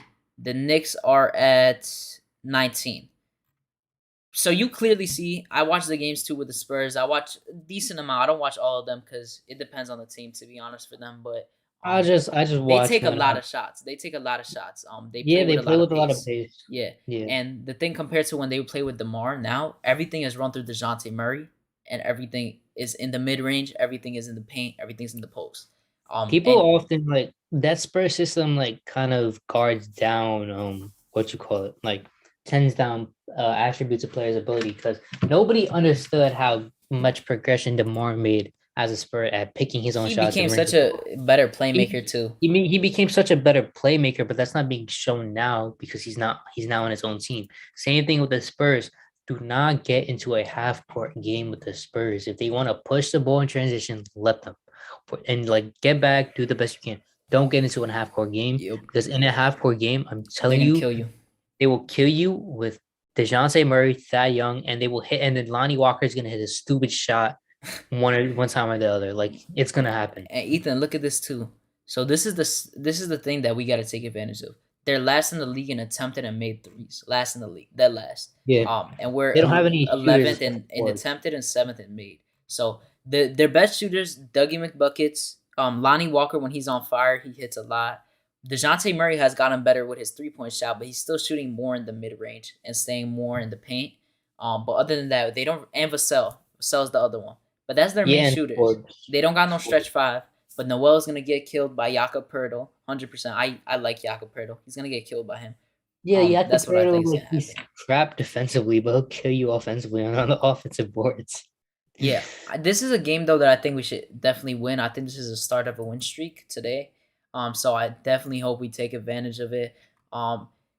We could do we. I mean, we're obviously gonna continue doing the pattern of leaving guys open. We just have to pray that the stats just follow through in the actual game with them not being able to really. No, Greg Castillo, I said send me your email so I could send you the link because I can't send it to you through the chat. Um, Yeah, it's yeah, just so send it to me. Send me or your your, email. or your Twitter. You might One have of the left, so you probably didn't hear it, but that's what I said. But yeah, they are dead last, so we definitely just have to leave them open a decent amount. Guard. I don't know who's gonna be like Dejounte Murray is gonna cook Alec Burks. He's gonna cook Alec Burks. Straight up. Um, Dejounte Murray has been very sneaky. His handle is getting everything is getting better with Dejounte Murray. I really like Dejounte Murray's game. I've liked his game for a while. Me and Freezy talked about him in the summer, right after we lost in the playoffs a few weeks after. But we never thought he would be available, especially when we knew DeMar was going to be out. I knew he was going to take a jump. I'm glad he's taking a jump. And watch out for Derek White cooking Evan Fournier. Oh, Gregory Castillo, don't add like the dot or anything. Put like spaces because when you put it together, you can't see it unless you're a mod. So actually, let me make you a mod for 1 second and then like send it, and then I'll do it because that's probably why I can't see it. But yeah, Derek White has been on and off. He had a good game against the Warriors. I don't know if he did good against the Suns. I missed the Suns game yesterday because I was on my way home. So I don't know about the Suns game, but I do know that they've been fight like they versed the Warriors and beat them, who number one team in the West, and then the next night, next game they played the Suns, who's the second best, and they only lost by 2. So the Spurs are always a team that fight hard. They played their Bro, hearts out no matter they what. know No the matter thing with what. the thing with the Spurs is right. If you have a one player centric Pressing me. offense, if you have a one player centric offense like we do with Randall, bro, they can kill you on that. Because the thing with Steph is right, nobody else stepped up, but they stopped Steph. They had him on like 7 for 27 shooting. So if you're able to stop their best player, they'll make you. They'll like Popovich has always said he'll happily let you win if your secondary player step up, and we don't have like a number 2 option to go to. I agree. I'm sending you right now, Gregory Castillo. I got you. All right, I'm sending it to you right now. So join it. It's gonna be there in invite, copy invite link, close that. My bad. Something's gonna pop up on the screen. It's gonna change, but yeah, I sent it to you. So make sure you join that up. But yeah, no, I like I said, like this game. Do you think we win this game? Because we need to. Like, there's no way we don't. Bro, So the thing is, I hope that we win, but I wouldn't be surprised if we lose. Yeah. But to be honest, I wouldn't be, bro. If we lose and that forces like the front office to make a deal, I'll be happy with losing. That means that we're getting a deal done. You think what deal? Like what deal? I have no clue as long as it's a deal for a wing or a big. Mm. Because I'm tired with our front court production being 10 points. All right, I got you, Gregory. Let me finish. Now I gotta edit the screen. But everyone, this is of course Greg Kessie. Let me turn this thing off. Yo, what's good? Shout out to everyone in the chat, by the way. Got see 32 people watching, 45 likes. Let's try to hit fit. Oh, you sent this so many times. I just see it now. It's starting to pop in. But yeah, we got 45 likes. Let's try to hit 50. Turn that notification bell on. Again, shout out to CP the artist and Julian Blum for sending cash app. Definitely appreciate that. But got my guy Greg Castillo here. What's good, bro? How you doing? What's going on? What's going Got the on? National Geographic hoodie You on. know it. RJ's Sir. for the streets. Merch Okay. coming soon. Okay. All right, bro. All right. Wait, let me Yo, make this bigger. I don't know. Greg, earlier today I saw a bunch of pictures of Steve Nash partying, and I was like, RJ's been taking Yeah, well okay, out. chill out, bro. Y'all Taking out his come on, y'all godfather. wildin'. Steve All right, Nash master plan. Yeah, so I know you said you wanted to break down the Spurs, so the floor is there. You can say whatever you want. Anything about them. So the Spurs and the Knicks kind of marry each other. Like they kind of run the same offense. They run it. You know, obviously Thibs ran it with D Rose and Joakim Noah back in the day. And we ran it with Tim Duncan and Tony Parker. So it's predicated on a guard being able to get downhill and into the paint and being able to score. Obviously, D Rose did it. He quick first step, super athletic. Tony Parker, one of the fastest guards in the league at the time, great footwork, was able to finish at the rim at a high level. And then we operate through our bigs. You know, Tim Duncan obviously is a great passer. Joakim Noah turned into a great passer. We used DeMar in that role as our Randall last year. Mm-hmm. So, and obviously, DeMar's analytically, he's a better isolation scorer than Randall, and I believe he's the better processor of the game. Makes quicker decisions, better decisions. I agree. So it kind of worked for us, and now we have shifted. You know, Thibs and Pop believe in their vets. They like playing them over the young people. They don't believe in playing. They believe that you have to work your way up. And you're given small roles, and in those roles you have to accelerate, and then next year you'll give it a bigger role, and then so on until you crack the starting lineup if you're that good. Except the Thaddeus Young thing, I guess. I don't know, like that situation, because you're keeping up with them. Because I know he said that he's not really getting a lot of playing time because I guess Pop is running more with the young guys now. Since Lamar left. It's because Eubanks is basically like our Sims, like a project big that shouldn't be playing. Yeah, because I've been watching Eubanks. Like when I see him play, like he's like okay, like he's not really. Yeah, that is a great player. Like that is a great player, but he's a very impactful player that should be playing. He's a great vet. But because Pop believes in playing his guys and believing in his guys, he'll play him over a Sims. You know, like kind of like how y'all have with Taj. Even though I think Taj is a better player than Eubanks, it's the same principles. Like he'll play Taj because he believes in him.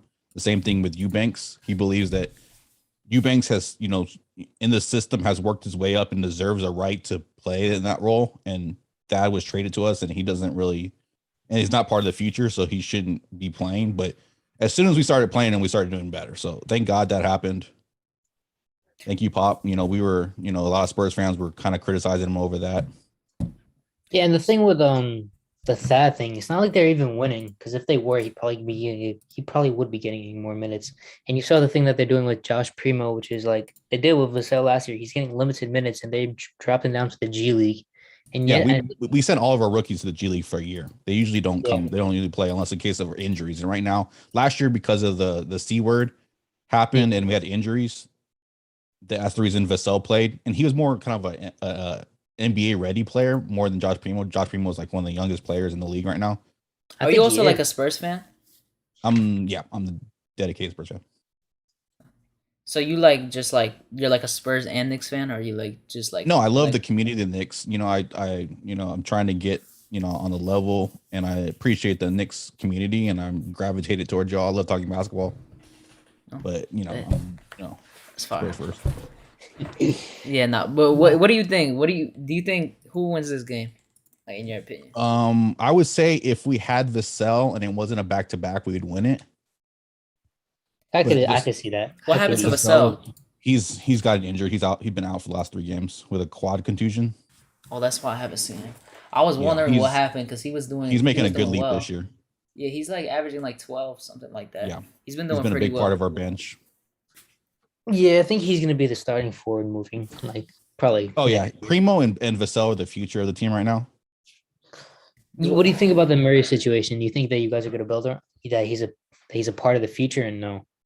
That's the major question. Obviously, up to this point, you've seen his numbers, right? And you've seen the fact that they've been like 19-9-9 at times, 19-8-8.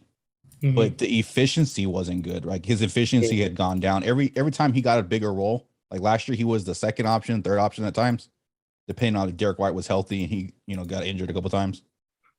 Yeah. So he was either the second or third option. So in that option, like his efficiency went down, like his field goal percentage, his effective field goal percentage, his true shooting percentage, everything went down. And the same thing happened this year. But the last 4 or 5 games, he's really turned the situation up to make you. But it's a long process. I have to see the numbers at the end of the year to see if he's a player that you want to build around for the future. Because he doesn't, like, how much do you wait that he can't shoot threes, But I've been watching. He's getting better at shooting threes right now. Yeah, he's like definitely he's starting improving. to get, and his He's definitely efficiency gotten is getting better. better. And I think he's efficiency. like what? I think he's like shooting 66% at the rim or something. I saw some stat like it could be a while ago, so I don't know if that's still up to date. But actually have a question on the draft. Yeah. When I scouted, like when I watched my tape on Josh Primo, Mhm. he was like the most weirdest player to me because he would just go blazing hot, and then he would show you defensive potential, but he was also like he wasn't disciplined at all. And he came into that game yesterday. He had 4 blocks and 3 steals. Yeah. Were you tight that they picked him over Şengün? I mean, I wasn't a Şengün guy. I didn't like the way he moved in space, Mhm. like off of pick and rolls. And that's very important for nowadays centers to be able to mobility. I agree. So I wasn't really high on Şengün. I was kind of interested with Kai Jones, but I was like, he can't. I don't see him being able to shoot ever.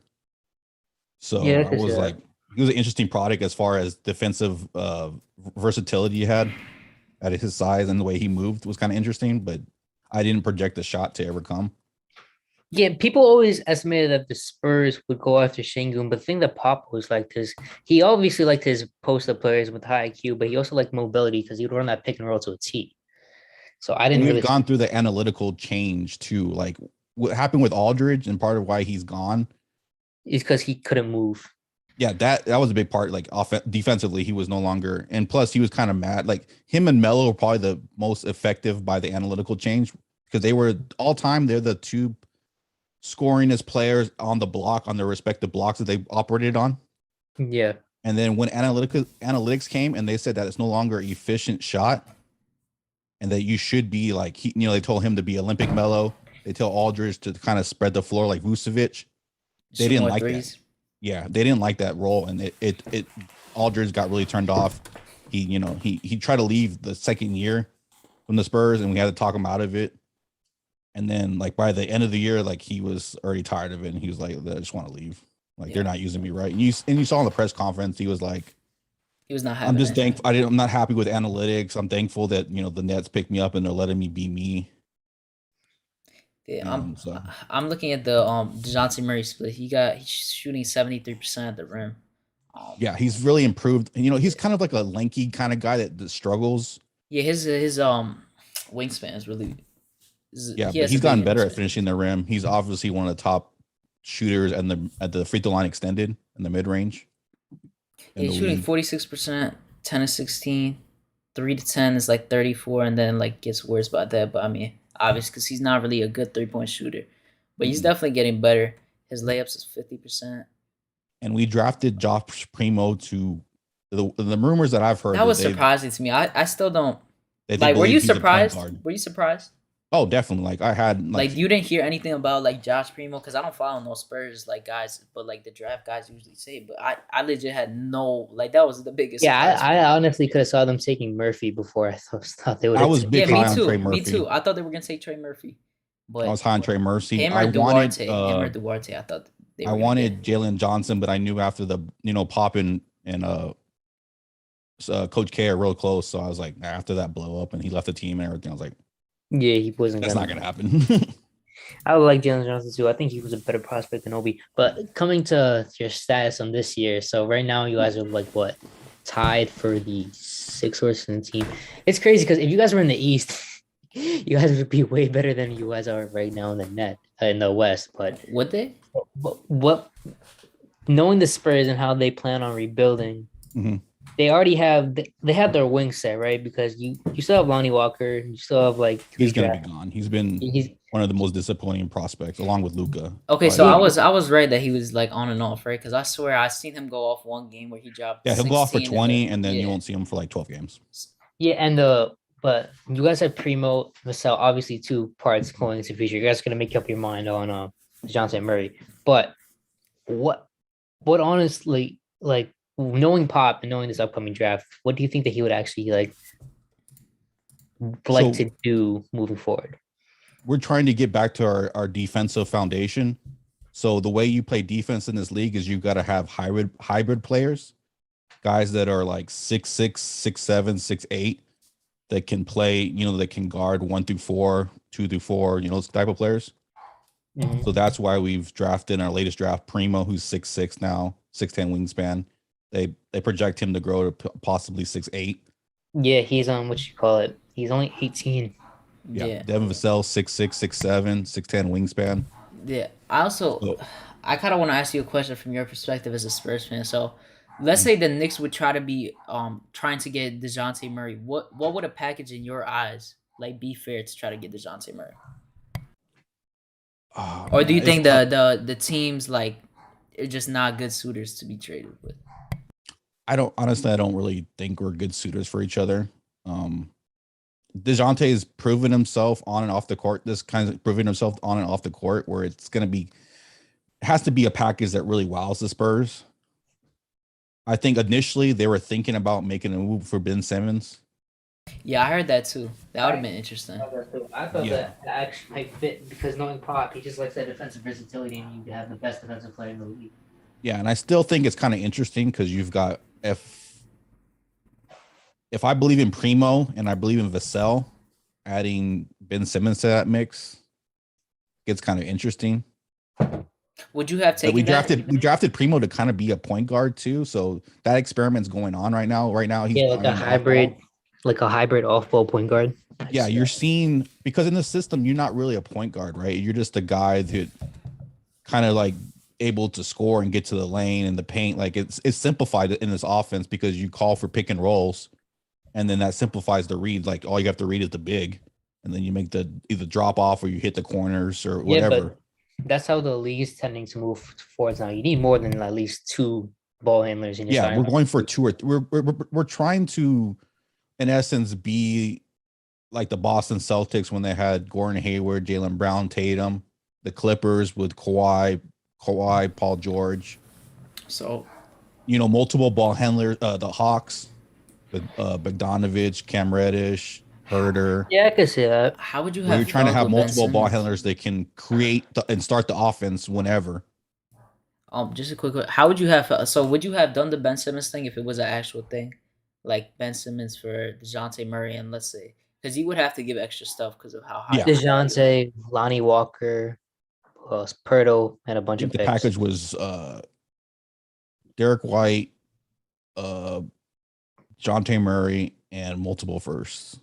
Would you have Would done you- that? It's tough, man, because obviously Ben Simmons is kind of like a unicorn defensively, what he's able to do. His playmaking.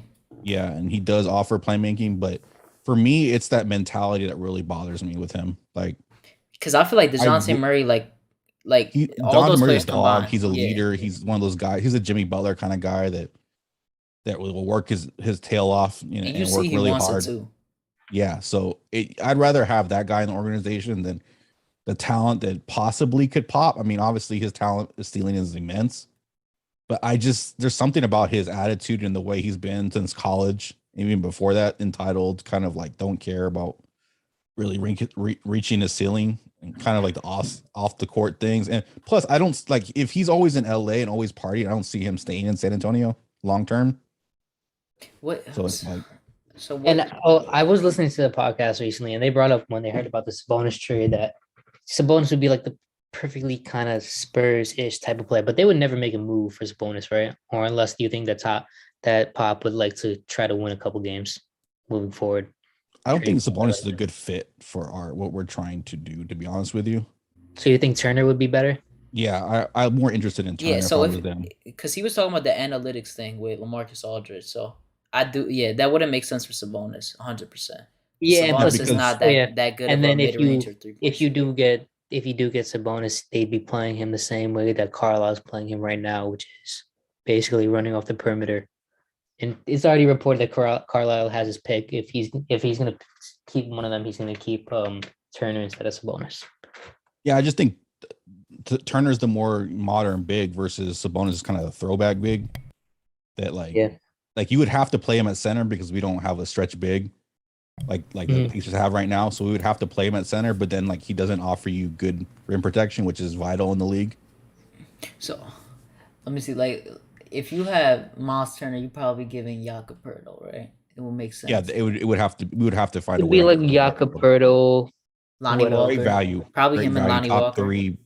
Top three rim protector in the league right now on a $9 million contract. So yeah, that would be so. Like I don't know the Spurs. So in your opinion, do you think they should? Are you just gonna see like this year, or do you think there's like any way they deal him in the trade deadline, like by All-Star break? DeJounte Murray. Like, do you personally think that he's that guy, or you still need to see?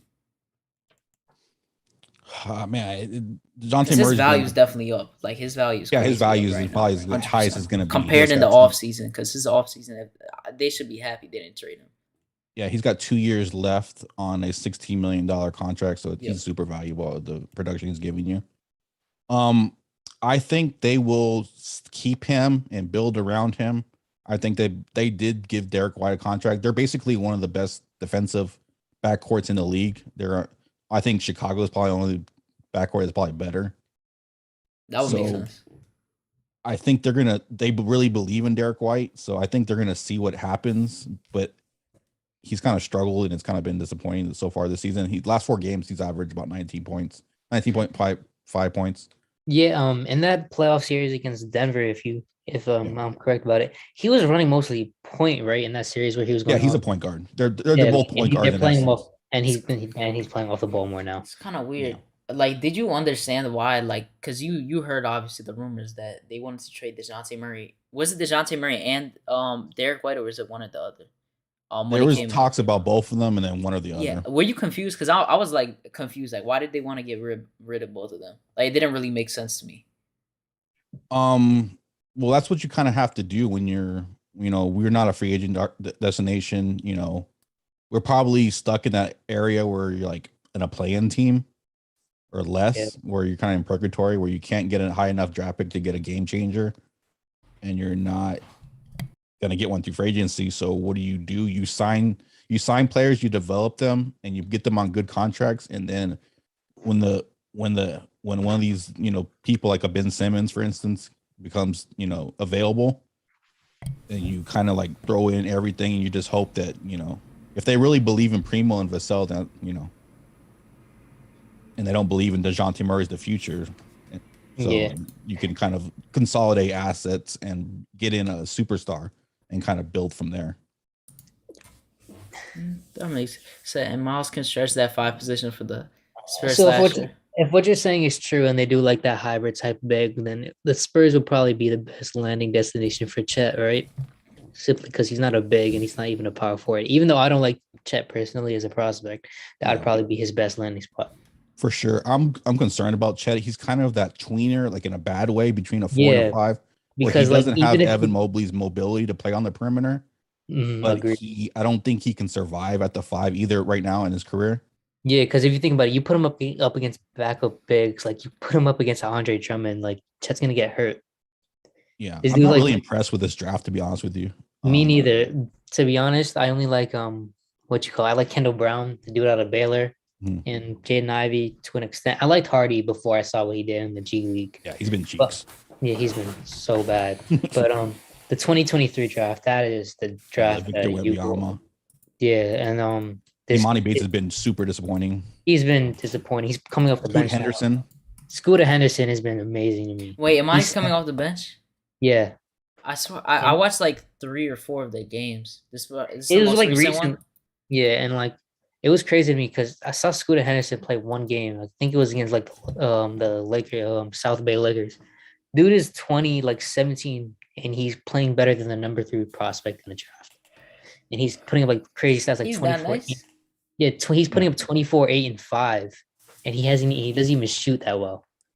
The Imani Bates, I'm a really big fan of Imani Bates because I've watched him like since his probably when his early high school days because they always Yeah, I compared watched him him- to KD. I watched him You too, thought but he he's was going like, to be a scorer like KD or T Mac or something. I doubt it though, but they But always he's really compare him to that. struggled. But he doesn't have the head for it because he's just an AAU product. They never taught him how to think. He doesn't have the extreme athleticism or the physical Yeah, tools that you saw in the measurement. His vertical is really low for a 6. What is he, 6'10" now? I think 6'10", 6'9". Yeah. I have a lot of confidence. I don't know. I just like the ones that I watched, the 4 games I watched. He has a decent playmaking ability because Penny Hardaway is trying to turn him into a 6'9", 6'10" point guard. Yeah, that's playmaker. we're doing the same thing with Primo, and I think the Pacers we're thinking about doing the same thing with Karis LeVert. Yeah, but it just Karis LeVert is just like his injuries kind of killed. Like he's on and off right now. So it seems like a trend Karis that LeVert you too. kind of turn these kind of guys, these tall kind of scoring kind of guys into point guard. It seems like kind of a trend now. Yeah, and the thing with Imani Bates, he doesn't like when I was watching, he didn't really shoot too many shots. Like he doesn't shoot too many shots. He shots like a decent amount, a good amount of like threes and like a few finishes. But other than that, I mean, he's still 17, so I guess it's good that he's taking an extra year. Like they didn't let him because he still needs to develop in a college level because the AAU doesn't fully teach you everything. Like they don't teach you the most important things. So I'm hoping he's gonna be good because I really like his game. I really think he could be really good. Wembanyama is gonna be good too.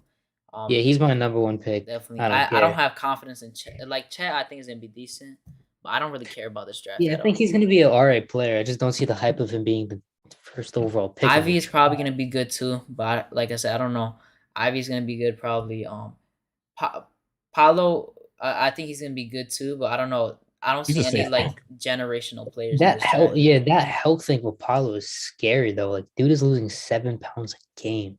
I mean, it's fine though because he has to drink a certain type of water. So yeah, but it's an oxygenated drink. So like, how long he's not gonna be able to keep that up forever. So if he's not able to keep it up. They said that multiple players in the NBA do that too. They just don't say it. Yeah, but no, they said that. But he loses the weight to an extreme amount though. That's crazy though. How do you lose 7 pounds That's crazy to me to think about. Yo, that's like a gift and a curse. That's a gift and a curse. Because he probably had never had to deal with it until he got to college. Because he probably just cruised through high school. He probably never had to. Because they don't play defense like that in high school. Like he just got to do his ISO, whatever, post up, mid range shot like that. But I really don't think there's any generational players in this draft. And this is the first one I'll say in a while. I don't think there's gonna be a generational. I don't think that there was a generational player in last year's draft. I just thought that Mobley was far and away the best prospect. So you don't think any of them? I wanted Mobley for the Spurs so bad. Yeah, I thought if Mobley ever went to the Spurs, that was. I was like, give me Kevin Love. I'll sign him to a supermax plan. I was like, that's Tim Duncan. I don't care. Give me Mobley. The thing is, the crazy thing, like, he lucked out that they actually have like they're good this year. Like he lucked out because I thought he was gonna struggle, but who? Jalen Green? No, Mobley. I thought he was gonna struggle. Oh yeah, because I didn't think Sexton, Garland is like on and off, and he's finally like he has the keys now because Sexton is out, and Jared Allen took the step that he's gonna pay. Mobley makes you so good defensively. Yo, Spurs, he would have been like. I'll just say this one thing about Mobley. If Mobley ever gets to a playoff series, he will easily be one of the best player on the court. Because we saw with Giannis in the past finals, right? When CP3 switched onto Giannis, CP3 couldn't do nothing, and that's like the only defensive aspect. Yeah, Yeah, if you're able to switch onto a big and you just can't get by him, you're going to be able to have the upper advantage in the playoff series the whole time. Yeah. So yeah, Watching him play for the Cavs, he just looks so fluid. Like there's obviously rookie mistakes. Like he has like some on and off things. Like and he's not even shooting the three Yeah. consistently. If he ever like start shooting consistently, look his out. jump shot is good too. It's not too slow. It's like right in the middle. Like he has Yeah, a solid foundation. In Scotty Barnes, I was wrong about that because I thought he would have never been able to shoot because he made like 10 threes the whole time in college. And like he made 19 threes this month alone. I think you have to pay attention to FSU draft prospects at this point because Bro, it's like a cheat code. Because FSU, like, bro, they're always like great defenders and two-way players. Who was the last Patrick FSU? Williams, Who was Devin the Vassell, Patrick? Scotty Barnes, Jonathan Isaac. Wait, who was Jonathan it? Isaac. Was it? No, wait. I love Jonathan Isaac coming out at What's FSU. his? In that 2017 draft, I wanted Fox and Isaac so bad. So badly. I just wanted to trade up for one of them. Yeah, they're producing great help defenders and they're recruiting players that are ideal for NBA systems. They're long, they're lanky, they have great wingspans. Yeah, they don't even play with point guards in that remit. Yeah, they don't use point guards. They just like run it. They just run it simultaneously. Yeah, they run him like Giannis now, like in a way. Like they're just running everything through Scotty. It's weird. I liked him like the first time I watched him, but then I was like, they told me I was overhyping him, so I kind of cooled down on him. And then I was watching more, and his shot just looks so off to me. So I mean, I'm happy he's doing good though. Sometimes it works, like Scotty Barnes, and sometimes you miss, like Isaac Okoro, right? Yeah, I don't even know what's going on with Isaac Okoro. The thing with Isaac Okoro is right, like he's playing his defense even when because he's starting, he's playing great defense. He just can't get it going offensively. Like he literally cannot get it going offensively because they're making him play the wing position, and when you're playing with that many bigs, and you just like the floor isn't that stretch for you. I barely see him going in. There's no opportunity for him to even go inside the paint. Yeah, there's no opportunity for like his point guard to set him up. That's why Garland is shooting more threes right now. Going to the matchup against the Spurs versus Knicks real quick, I'm going to be interested in who guards Randall for us because usually Keldon Johnson guards kind of the bigger, stronger guys. Like he's guarded Zion before. He's guarded. Like he'll guard bigger, stronger guys because he's just really strong guy and really built like for that. He's basically RJ, but probably a little bit stronger than RJ. Yeah, and he's tall. He's like what 6'8"? Nah, he's 6'6", 6'5". He's 6'6". I thought he was way bigger. He just looks taller. Yeah. So he'll be guarding. Like last year, we Lucas Samanic, and I think that's why you kind of got him because Lucas Samanic and Trey Lyles kind of like gave Randall the business and kind of locked him up. Yeah, Trey Lyles kills. I don't think it was Samanic. I just thought it was more of Trey Did you Lyles. ever like him? 4 threes in the first quarter. Who, Luka? Yeah. He was our Knox. Like I was talking about this on another podcast. He was basically our Knox. So you never did you ever think he was gonna be anything? I was hopeful because he's kind of like Franz Wagner, right? He's kind of like he has that mobility to switch onto multiple positions. I was hoping he'd kind of be like Marcus Morris, like a stretch guy that kind of can play really good defense on positions 3 to 5. When we got him, people were hyping him up as a stretch big we finally needed. I just kept saying he's a stretch big who shot like 19% from 3. Yeah, he's never proven throughout his career, either in the G League or in the NBA or overseas as a 3-point shooter. But for some reason, we thought everybody thinks he's a stretch big. Yeah, because now he just got Player of the Week for the G League. He's going off. Like he looks a little more like happy to play. Like I think not playing for so long, like Knox does, it kind of beats you down. Yeah. But he's good with. I think he's really good with his back to the basket. I think he's really good there, and he's good at the top of the key because he can take a big off the dribble. So those are 2 areas that he's really good at. I think he's shooting the 3 actually kind of good right now. Yeah, I think he's doing like everything good right now. So hopefully, I mean, I root for the guy. I don't care. Like it would suck, obviously to let go of a prospect and they hit later on, but I'm still rooting, rooting for people's success. So yeah. Everyone in the chat, we got 2 more likes till 50. If you haven't already, make sure to smash that like. I'm gonna go for like 10 more minutes. We're just gonna talk about these last matchups. Gotta chill out before the game starts, but yeah. So who did you say you think is gonna guard? Because Keldon Johnson, I do think is gonna guard Randall most likely. If I'm being honest, I think that's the most like suitable guy. Netherlands is gonna be on Jakob. Alec Burks gonna guard DeJounte Murray. He should, because the best defenders are the longer ones. Like they put Wiggins on him. Like Golden State, they put Mikal Bridges on him, and those kind of players give him a little more trouble than kind of like the other guys, the smaller guys. So Derek White, you put Fournier. Fournier is most likely gonna be on Derek White, and then I would guess actually put RJ on Derek White. RJ. Yeah. And then Evan Fournier on. Probably McDermott. Oh yeah, McDermott is starting. I forgot. I thought he came off the bench. Oh yeah, that makes more sense then. Yeah, McDermott on Fournier. They're kind of like the same player in the sense because they're both shooters. Yeah. So I guess that would be the same thing. Yeah. Shout out to the chat. We got 50 likes. Appreciate you guys. D-Raz, what's good, bro? Salute. Yeah. So I don't know. DeJounte Murray is obviously gonna win his matchup. Against Alec Burks clearly. Randall is gonna be Keldon Johnson, in my opinion. Keldon Johnson is like on and off for me when I watch with scoring. Like we're gonna try to do what Atlanta decent to did, good right? amount.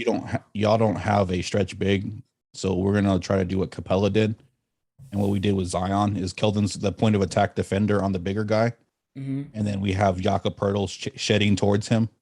So hopefully that deter Randall from coming in the paint and shooting those, and he'll shoot like some more bad shots.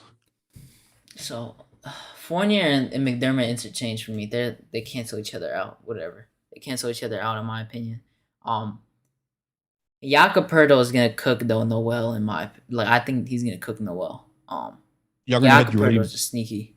You're gonna have to be ready for the pick and roll. You're gonna get him and DeJounte, and then Devin Vassell when he was playing, he had a good passes to Jakob Poeltl. Derek White and Poeltl will run the pick and roll. Yeah, their PNR is just like it's just nice the way they've been running it. I think RJ is gonna get the upper hand on Derek White. I think this is the game RJ has a good game. I feel like he's gonna have a good game today. I think Randall's gonna be fine. But I do see DeJounte Murray gonna have a good game too. Derek White is our X factor. When he's scoring, like when he's averaging, You said 19 and a half in the last 3 games? Yeah, the last 4 games. Okay. Last night I didn't count in last night. He had kind of a bummer game. That's kind of why we lost. That's fine. I'm gonna look at it right now. So, but he's averaged, he's gone for 24, his shooting 20. splits. His shooting splits is they've been it's kind of like RJ's right now, 40 and 29. He's slumping hard. Yeah. He's been good the last couple of games besides last night. So if he can get going, our offense transforms to from a 16 ranked offense to a 12 ranked offense. And then obviously defensively we're ranked at 10th, 11th right now. But during our win streak right now, the last 4 or 5 games, we have been ranked in the top 5 defensively. Yeah, you guys are number 2 right now. Defensive rate. No, you're number 6 defensive rating. Okay. Let's see here. Yeah, no, and where the Knicks are all the way at 13. I mean, you guys got that's what I think. Like if you guys with those 3-pointers, because you guys don't attempt that many threes. You attempt the worst in the league. You make the least amount. If we shoot 10 or under 3-pointers, we're like 2 and 5 or something. If we shoot more than 10 3-pointers, then we have a winning record. So that's important key too. That's funny, yeah. Because I've been watching them. They don't shoot too many threes. The only times I see them shoot a lot of threes is when someone is hot. Like Lonnie Walker is hot. I just see him start shooting a lot more. Keldon Johnson is hot. He starts shooting a few because he's been going on a little streaky types of shooting. He's like RJ. Like they'll do really, really well, and then they'll hit a really bad slump, and then it'll a vicious cycle. Yeah, so no, I really do think though that RJ is about to come out of it. Coming out of FSU. Say that again. I thought Lonnie Walker was going to be good too, coming out of Miami. Super athletic guy, one of the probably top athletic elite athletes in the league. Yeah, really, really struggles with confidence. Doesn't really have any elite skills. He was a good shooter, but he's regressed really bad. His main gift main gift coming out of the draft was that he looked forward to being a high 2-way level player with elite athleticism. Yeah, it's really between the heads for Lonnie. He'll was it last time? No, it was the Golden State game. He dropped 20 in the first half, and then didn't score again. Interesting. And didn't even look to score. He was just chilling on the perimeter. Like, so he's not overly aggressive. He's not kind of doesn't have the alpha dog, mentality like a Anthony Edwards does. Yeah, Edwards is like a whole football player and of playing basketball. They said that they did this thing with oh my god, it was a testing when it comes to NBA draft prospects, and they did athleticism chart wise, and the top two prospects athleticism wise in the past 25 years were Zion and Edwards. And it says that his body is built like a linebacker, and he's just literally a football player playing basketball because he didn't start playing basketball until he was like 15.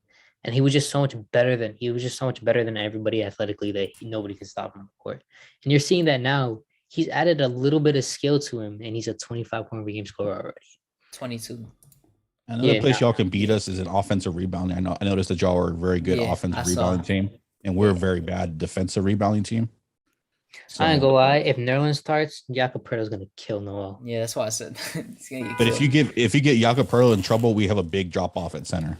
Oh yeah, I realize that because you guys are gonna be forced to play that young at big, right? Yeah, because last night JaVale McGee cooked us off the bench because we didn't have that size and athleticism. He's been good.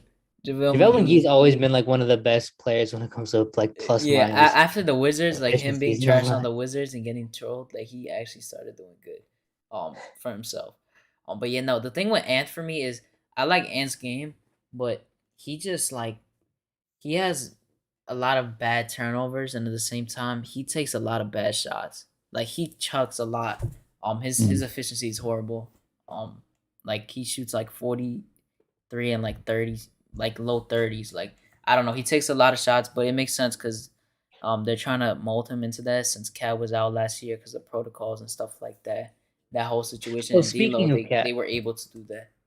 Speaking of Cat, knowing that this system the Spurs want to run now, I'm guessing Karl Anthony Towns would be the perfect big for the Spurs, knowing the system that they're trying to run.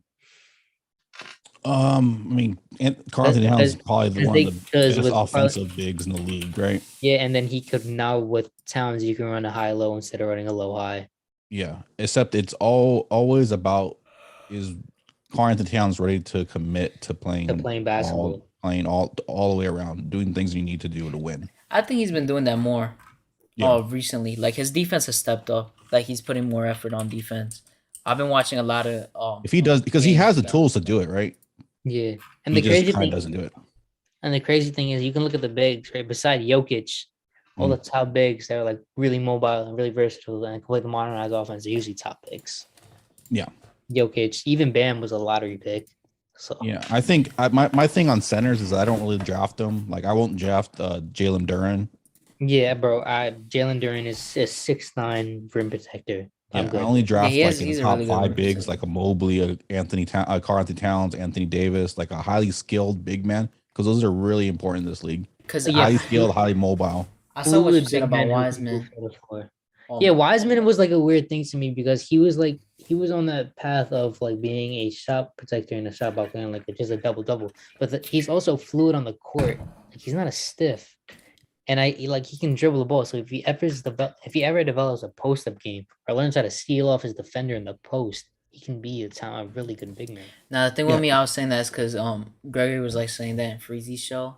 Like he was talking about Wiseman. Do you not like Wiseman that much, or you just like? I didn't like him as a prospect, to be honest with you. When I looked into the numbers and looked at his tape more, I noticed some bad things, some bad tendencies. Like people saw like the highlights from him and said like, oh, he's gonna be like, like one of these unicorn type players. And I was like, and he never had the skill to be. He didn't have really good hands. He never shot the ball well. He shot it, but he never shot it well. Yeah, and that's another system of AAU, right? Because he's he's a 7'1" big man who's 260, and he doesn't know how to seal off his defender to post out. He moves really well up and down, but laterally in space, he's not really that well.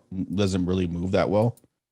Mm-hmm. He's not great at recovering either. Yeah, he needs a lot more like experience. I think that will have to do with his basketball IQ being kind of low. I think he just needs more experience playing the game. He plays more like a Kelly Oubre or Kent Bazemore than he does like a big. Mm-hmm. And I he just has to learn a lot of things. He's really raw as a player. I like Kelly Oubre. Didn't you guys? Weren't you guys like one of the last teams that were gonna get him? It was between you and the Hornets, right? Yeah, I was interested in Kelly Oubre because I was like, I like Keldon. He's kind of in the same vein as RJ, but I think RJ has a higher ceiling than Keldon. Oh They're yeah, kind of the same prospect as far as they kind of laterally, they kind of look like they move with cinder blocks in their feet. Keldon just got more athleticism than RJ.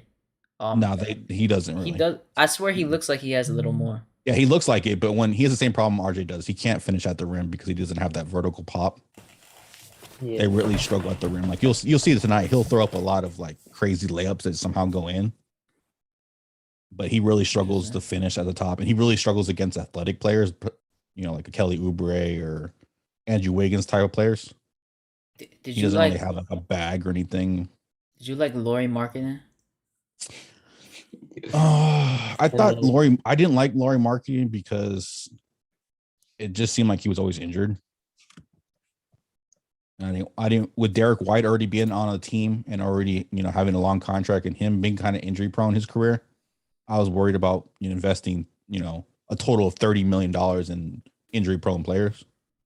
Oh, I forgot to ask, what was your thought process on the Zach Collins signing? Zach Collins, Oh, I completely forgot. when you're a small market team that doesn't get free agents and only can utilize the draft, really, you've got to find players that were former high draft picks that Because the they thing still with have talent. Collins, yeah, because the thing with Collins is like, if he stayed healthy, Portland wouldn't have let him go. Because what he did in the playoffs, he was great because he was just a fluid big man who could switch on. He could switch on some guards. Yeah, he But was a just good can't stay stretch healthy. too. Yeah, he can't Because stay you saw healthy. teams like Detroit take a chance on Josh Jackson or DSJ, right? Yeah, Yeah. You see teams will take chances on high lottery picks to see if they can somehow yeah, get the best out DSJ of is them. starting right now. and like the thing with Collins too is like it's not like Collins is like a dude who just like didn't perform at his first spot. He performed, he just couldn't stay healthy. Yeah. And like you guys gave him like a $22 million deal or something like that, like for Yeah, 2 3 years. years, but the only year that's guaranteed is this year. After this year, we can waive him or Is whatever. he gonna is he gonna play this year or no? We're trying to rehabilitate him to come back eventually. Popovich is that like Thibs, like couple of coaches, like you're gonna have to earn it on the practice first and work your way up. So I don't know how long that's gonna take. So I mean, we're hoping that we see him, but it really depends too on like how well do we perform? Yeah. He got the Trailblazers big man curse with getting injured. Like since a Oh, rookie, yeah. he literally just got like injured. It's like because he was Can you actually a imagine decent player when he drafting Greg played. Oden over Durant? Yeah, like that's I That'd feel be bad for sick. Greg Oden Hey, because I ain't gonna lie though. You saw Greg Oden's tape in college. He was Oh a yeah. monster. bro, I saw him And walking the thing on with the the thing with street. Odin too, right? When he came into the league, he was good. It's Yeah. not like he was a bust. He would have been a 20 and 10 dude, but he just couldn't stay Still makes healthy. you sick though. You're like, It still makes you sick. And the thing is, like, even if you say that, all right, we could have drafted, Odin was a better prospect. Durant was a defensive demon in Texas. and You they've just had never bad thought, luck, right? Brandon Roy, Wesley Brandon, Matthews. bro. The amount of people I've seen compare They RJ Barrett have to Brandon Roy. Brandon Roy was a different level of scorer. I didn't really I thought see. I thought Marco Force was going to be kind of Brandon Roy-ish, and I think Anthony Simons kind of. I'm not gonna lie. Wait, who did you think was gonna be that? I thought Markel Fultz could have Markel been like Fultz. Oh, Brandon Markel Roy. Fultz. I like Marcus. I like Markel Fultz. I hate that he had to get injured, but I heard that they still have really high hopes for him right now after his ACL. Especially after Markel Fultz in Washington, he looked exactly like Brandon Roy when it came to his jump shot and creating off the dribble. Yeah, Harry Giles is also one of them. Oh yeah, Harry Giles. Yeah, He Harry was Giles. nasty. I liked him too, but he went on the Kings then. He was on the Blazers. Mitch said he lost 15 pounds. Yeah, so he went from 280 to 265 now. He still probably got to cut like 5 pounds right now, 5. Duke 10, big I men don't kind know. of scare me. You know, the track record or whatever, like Marvin Bagley. Marvin Bagley. Even Zion's What's my turning man? up. What's my guy who had really good footwork? Oh, Jaleel Okafor. Oh, yeah, Okafor was one of them. Is Jabari, where was Jabari Parker? The I thing don't with know. Okafor is though he averaged 18 points as a rookie. The league just passed him by. If he got drafted like 5 years earlier, he could have been like a perennial. A lot of those Duke bigs tend not to man. play defense for some reason. Yeah, a lot of like And they post don't like shoot. even Panther too. Yeah. Like post big men, they don't like playing defense. Yeah, it's just like, oh, okay, well, It's just like a casual thing for them.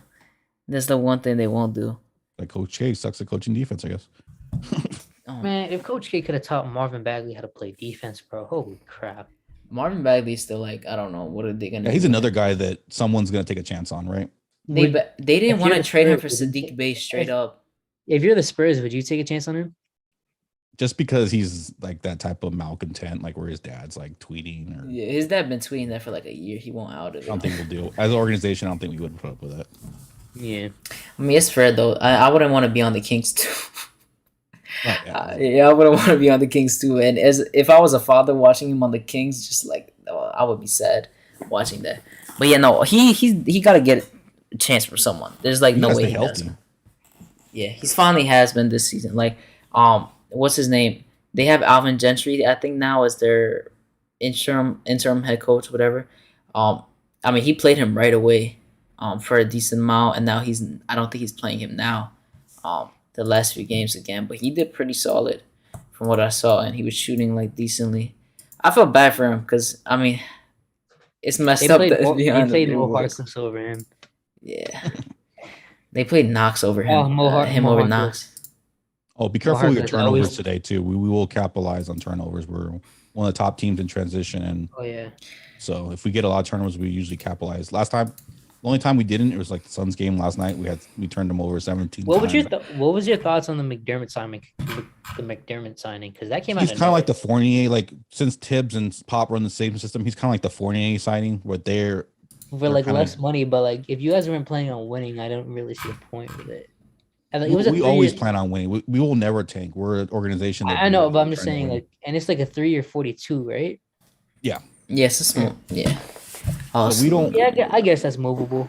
We want to put our guys in the best situation to win and develop under winning circumstances. We don't believe in tanking and throwing your players out there and letting them just learn all these bad habits and all that kind of stuff. We want to try to win, and then So the anti-Knicks.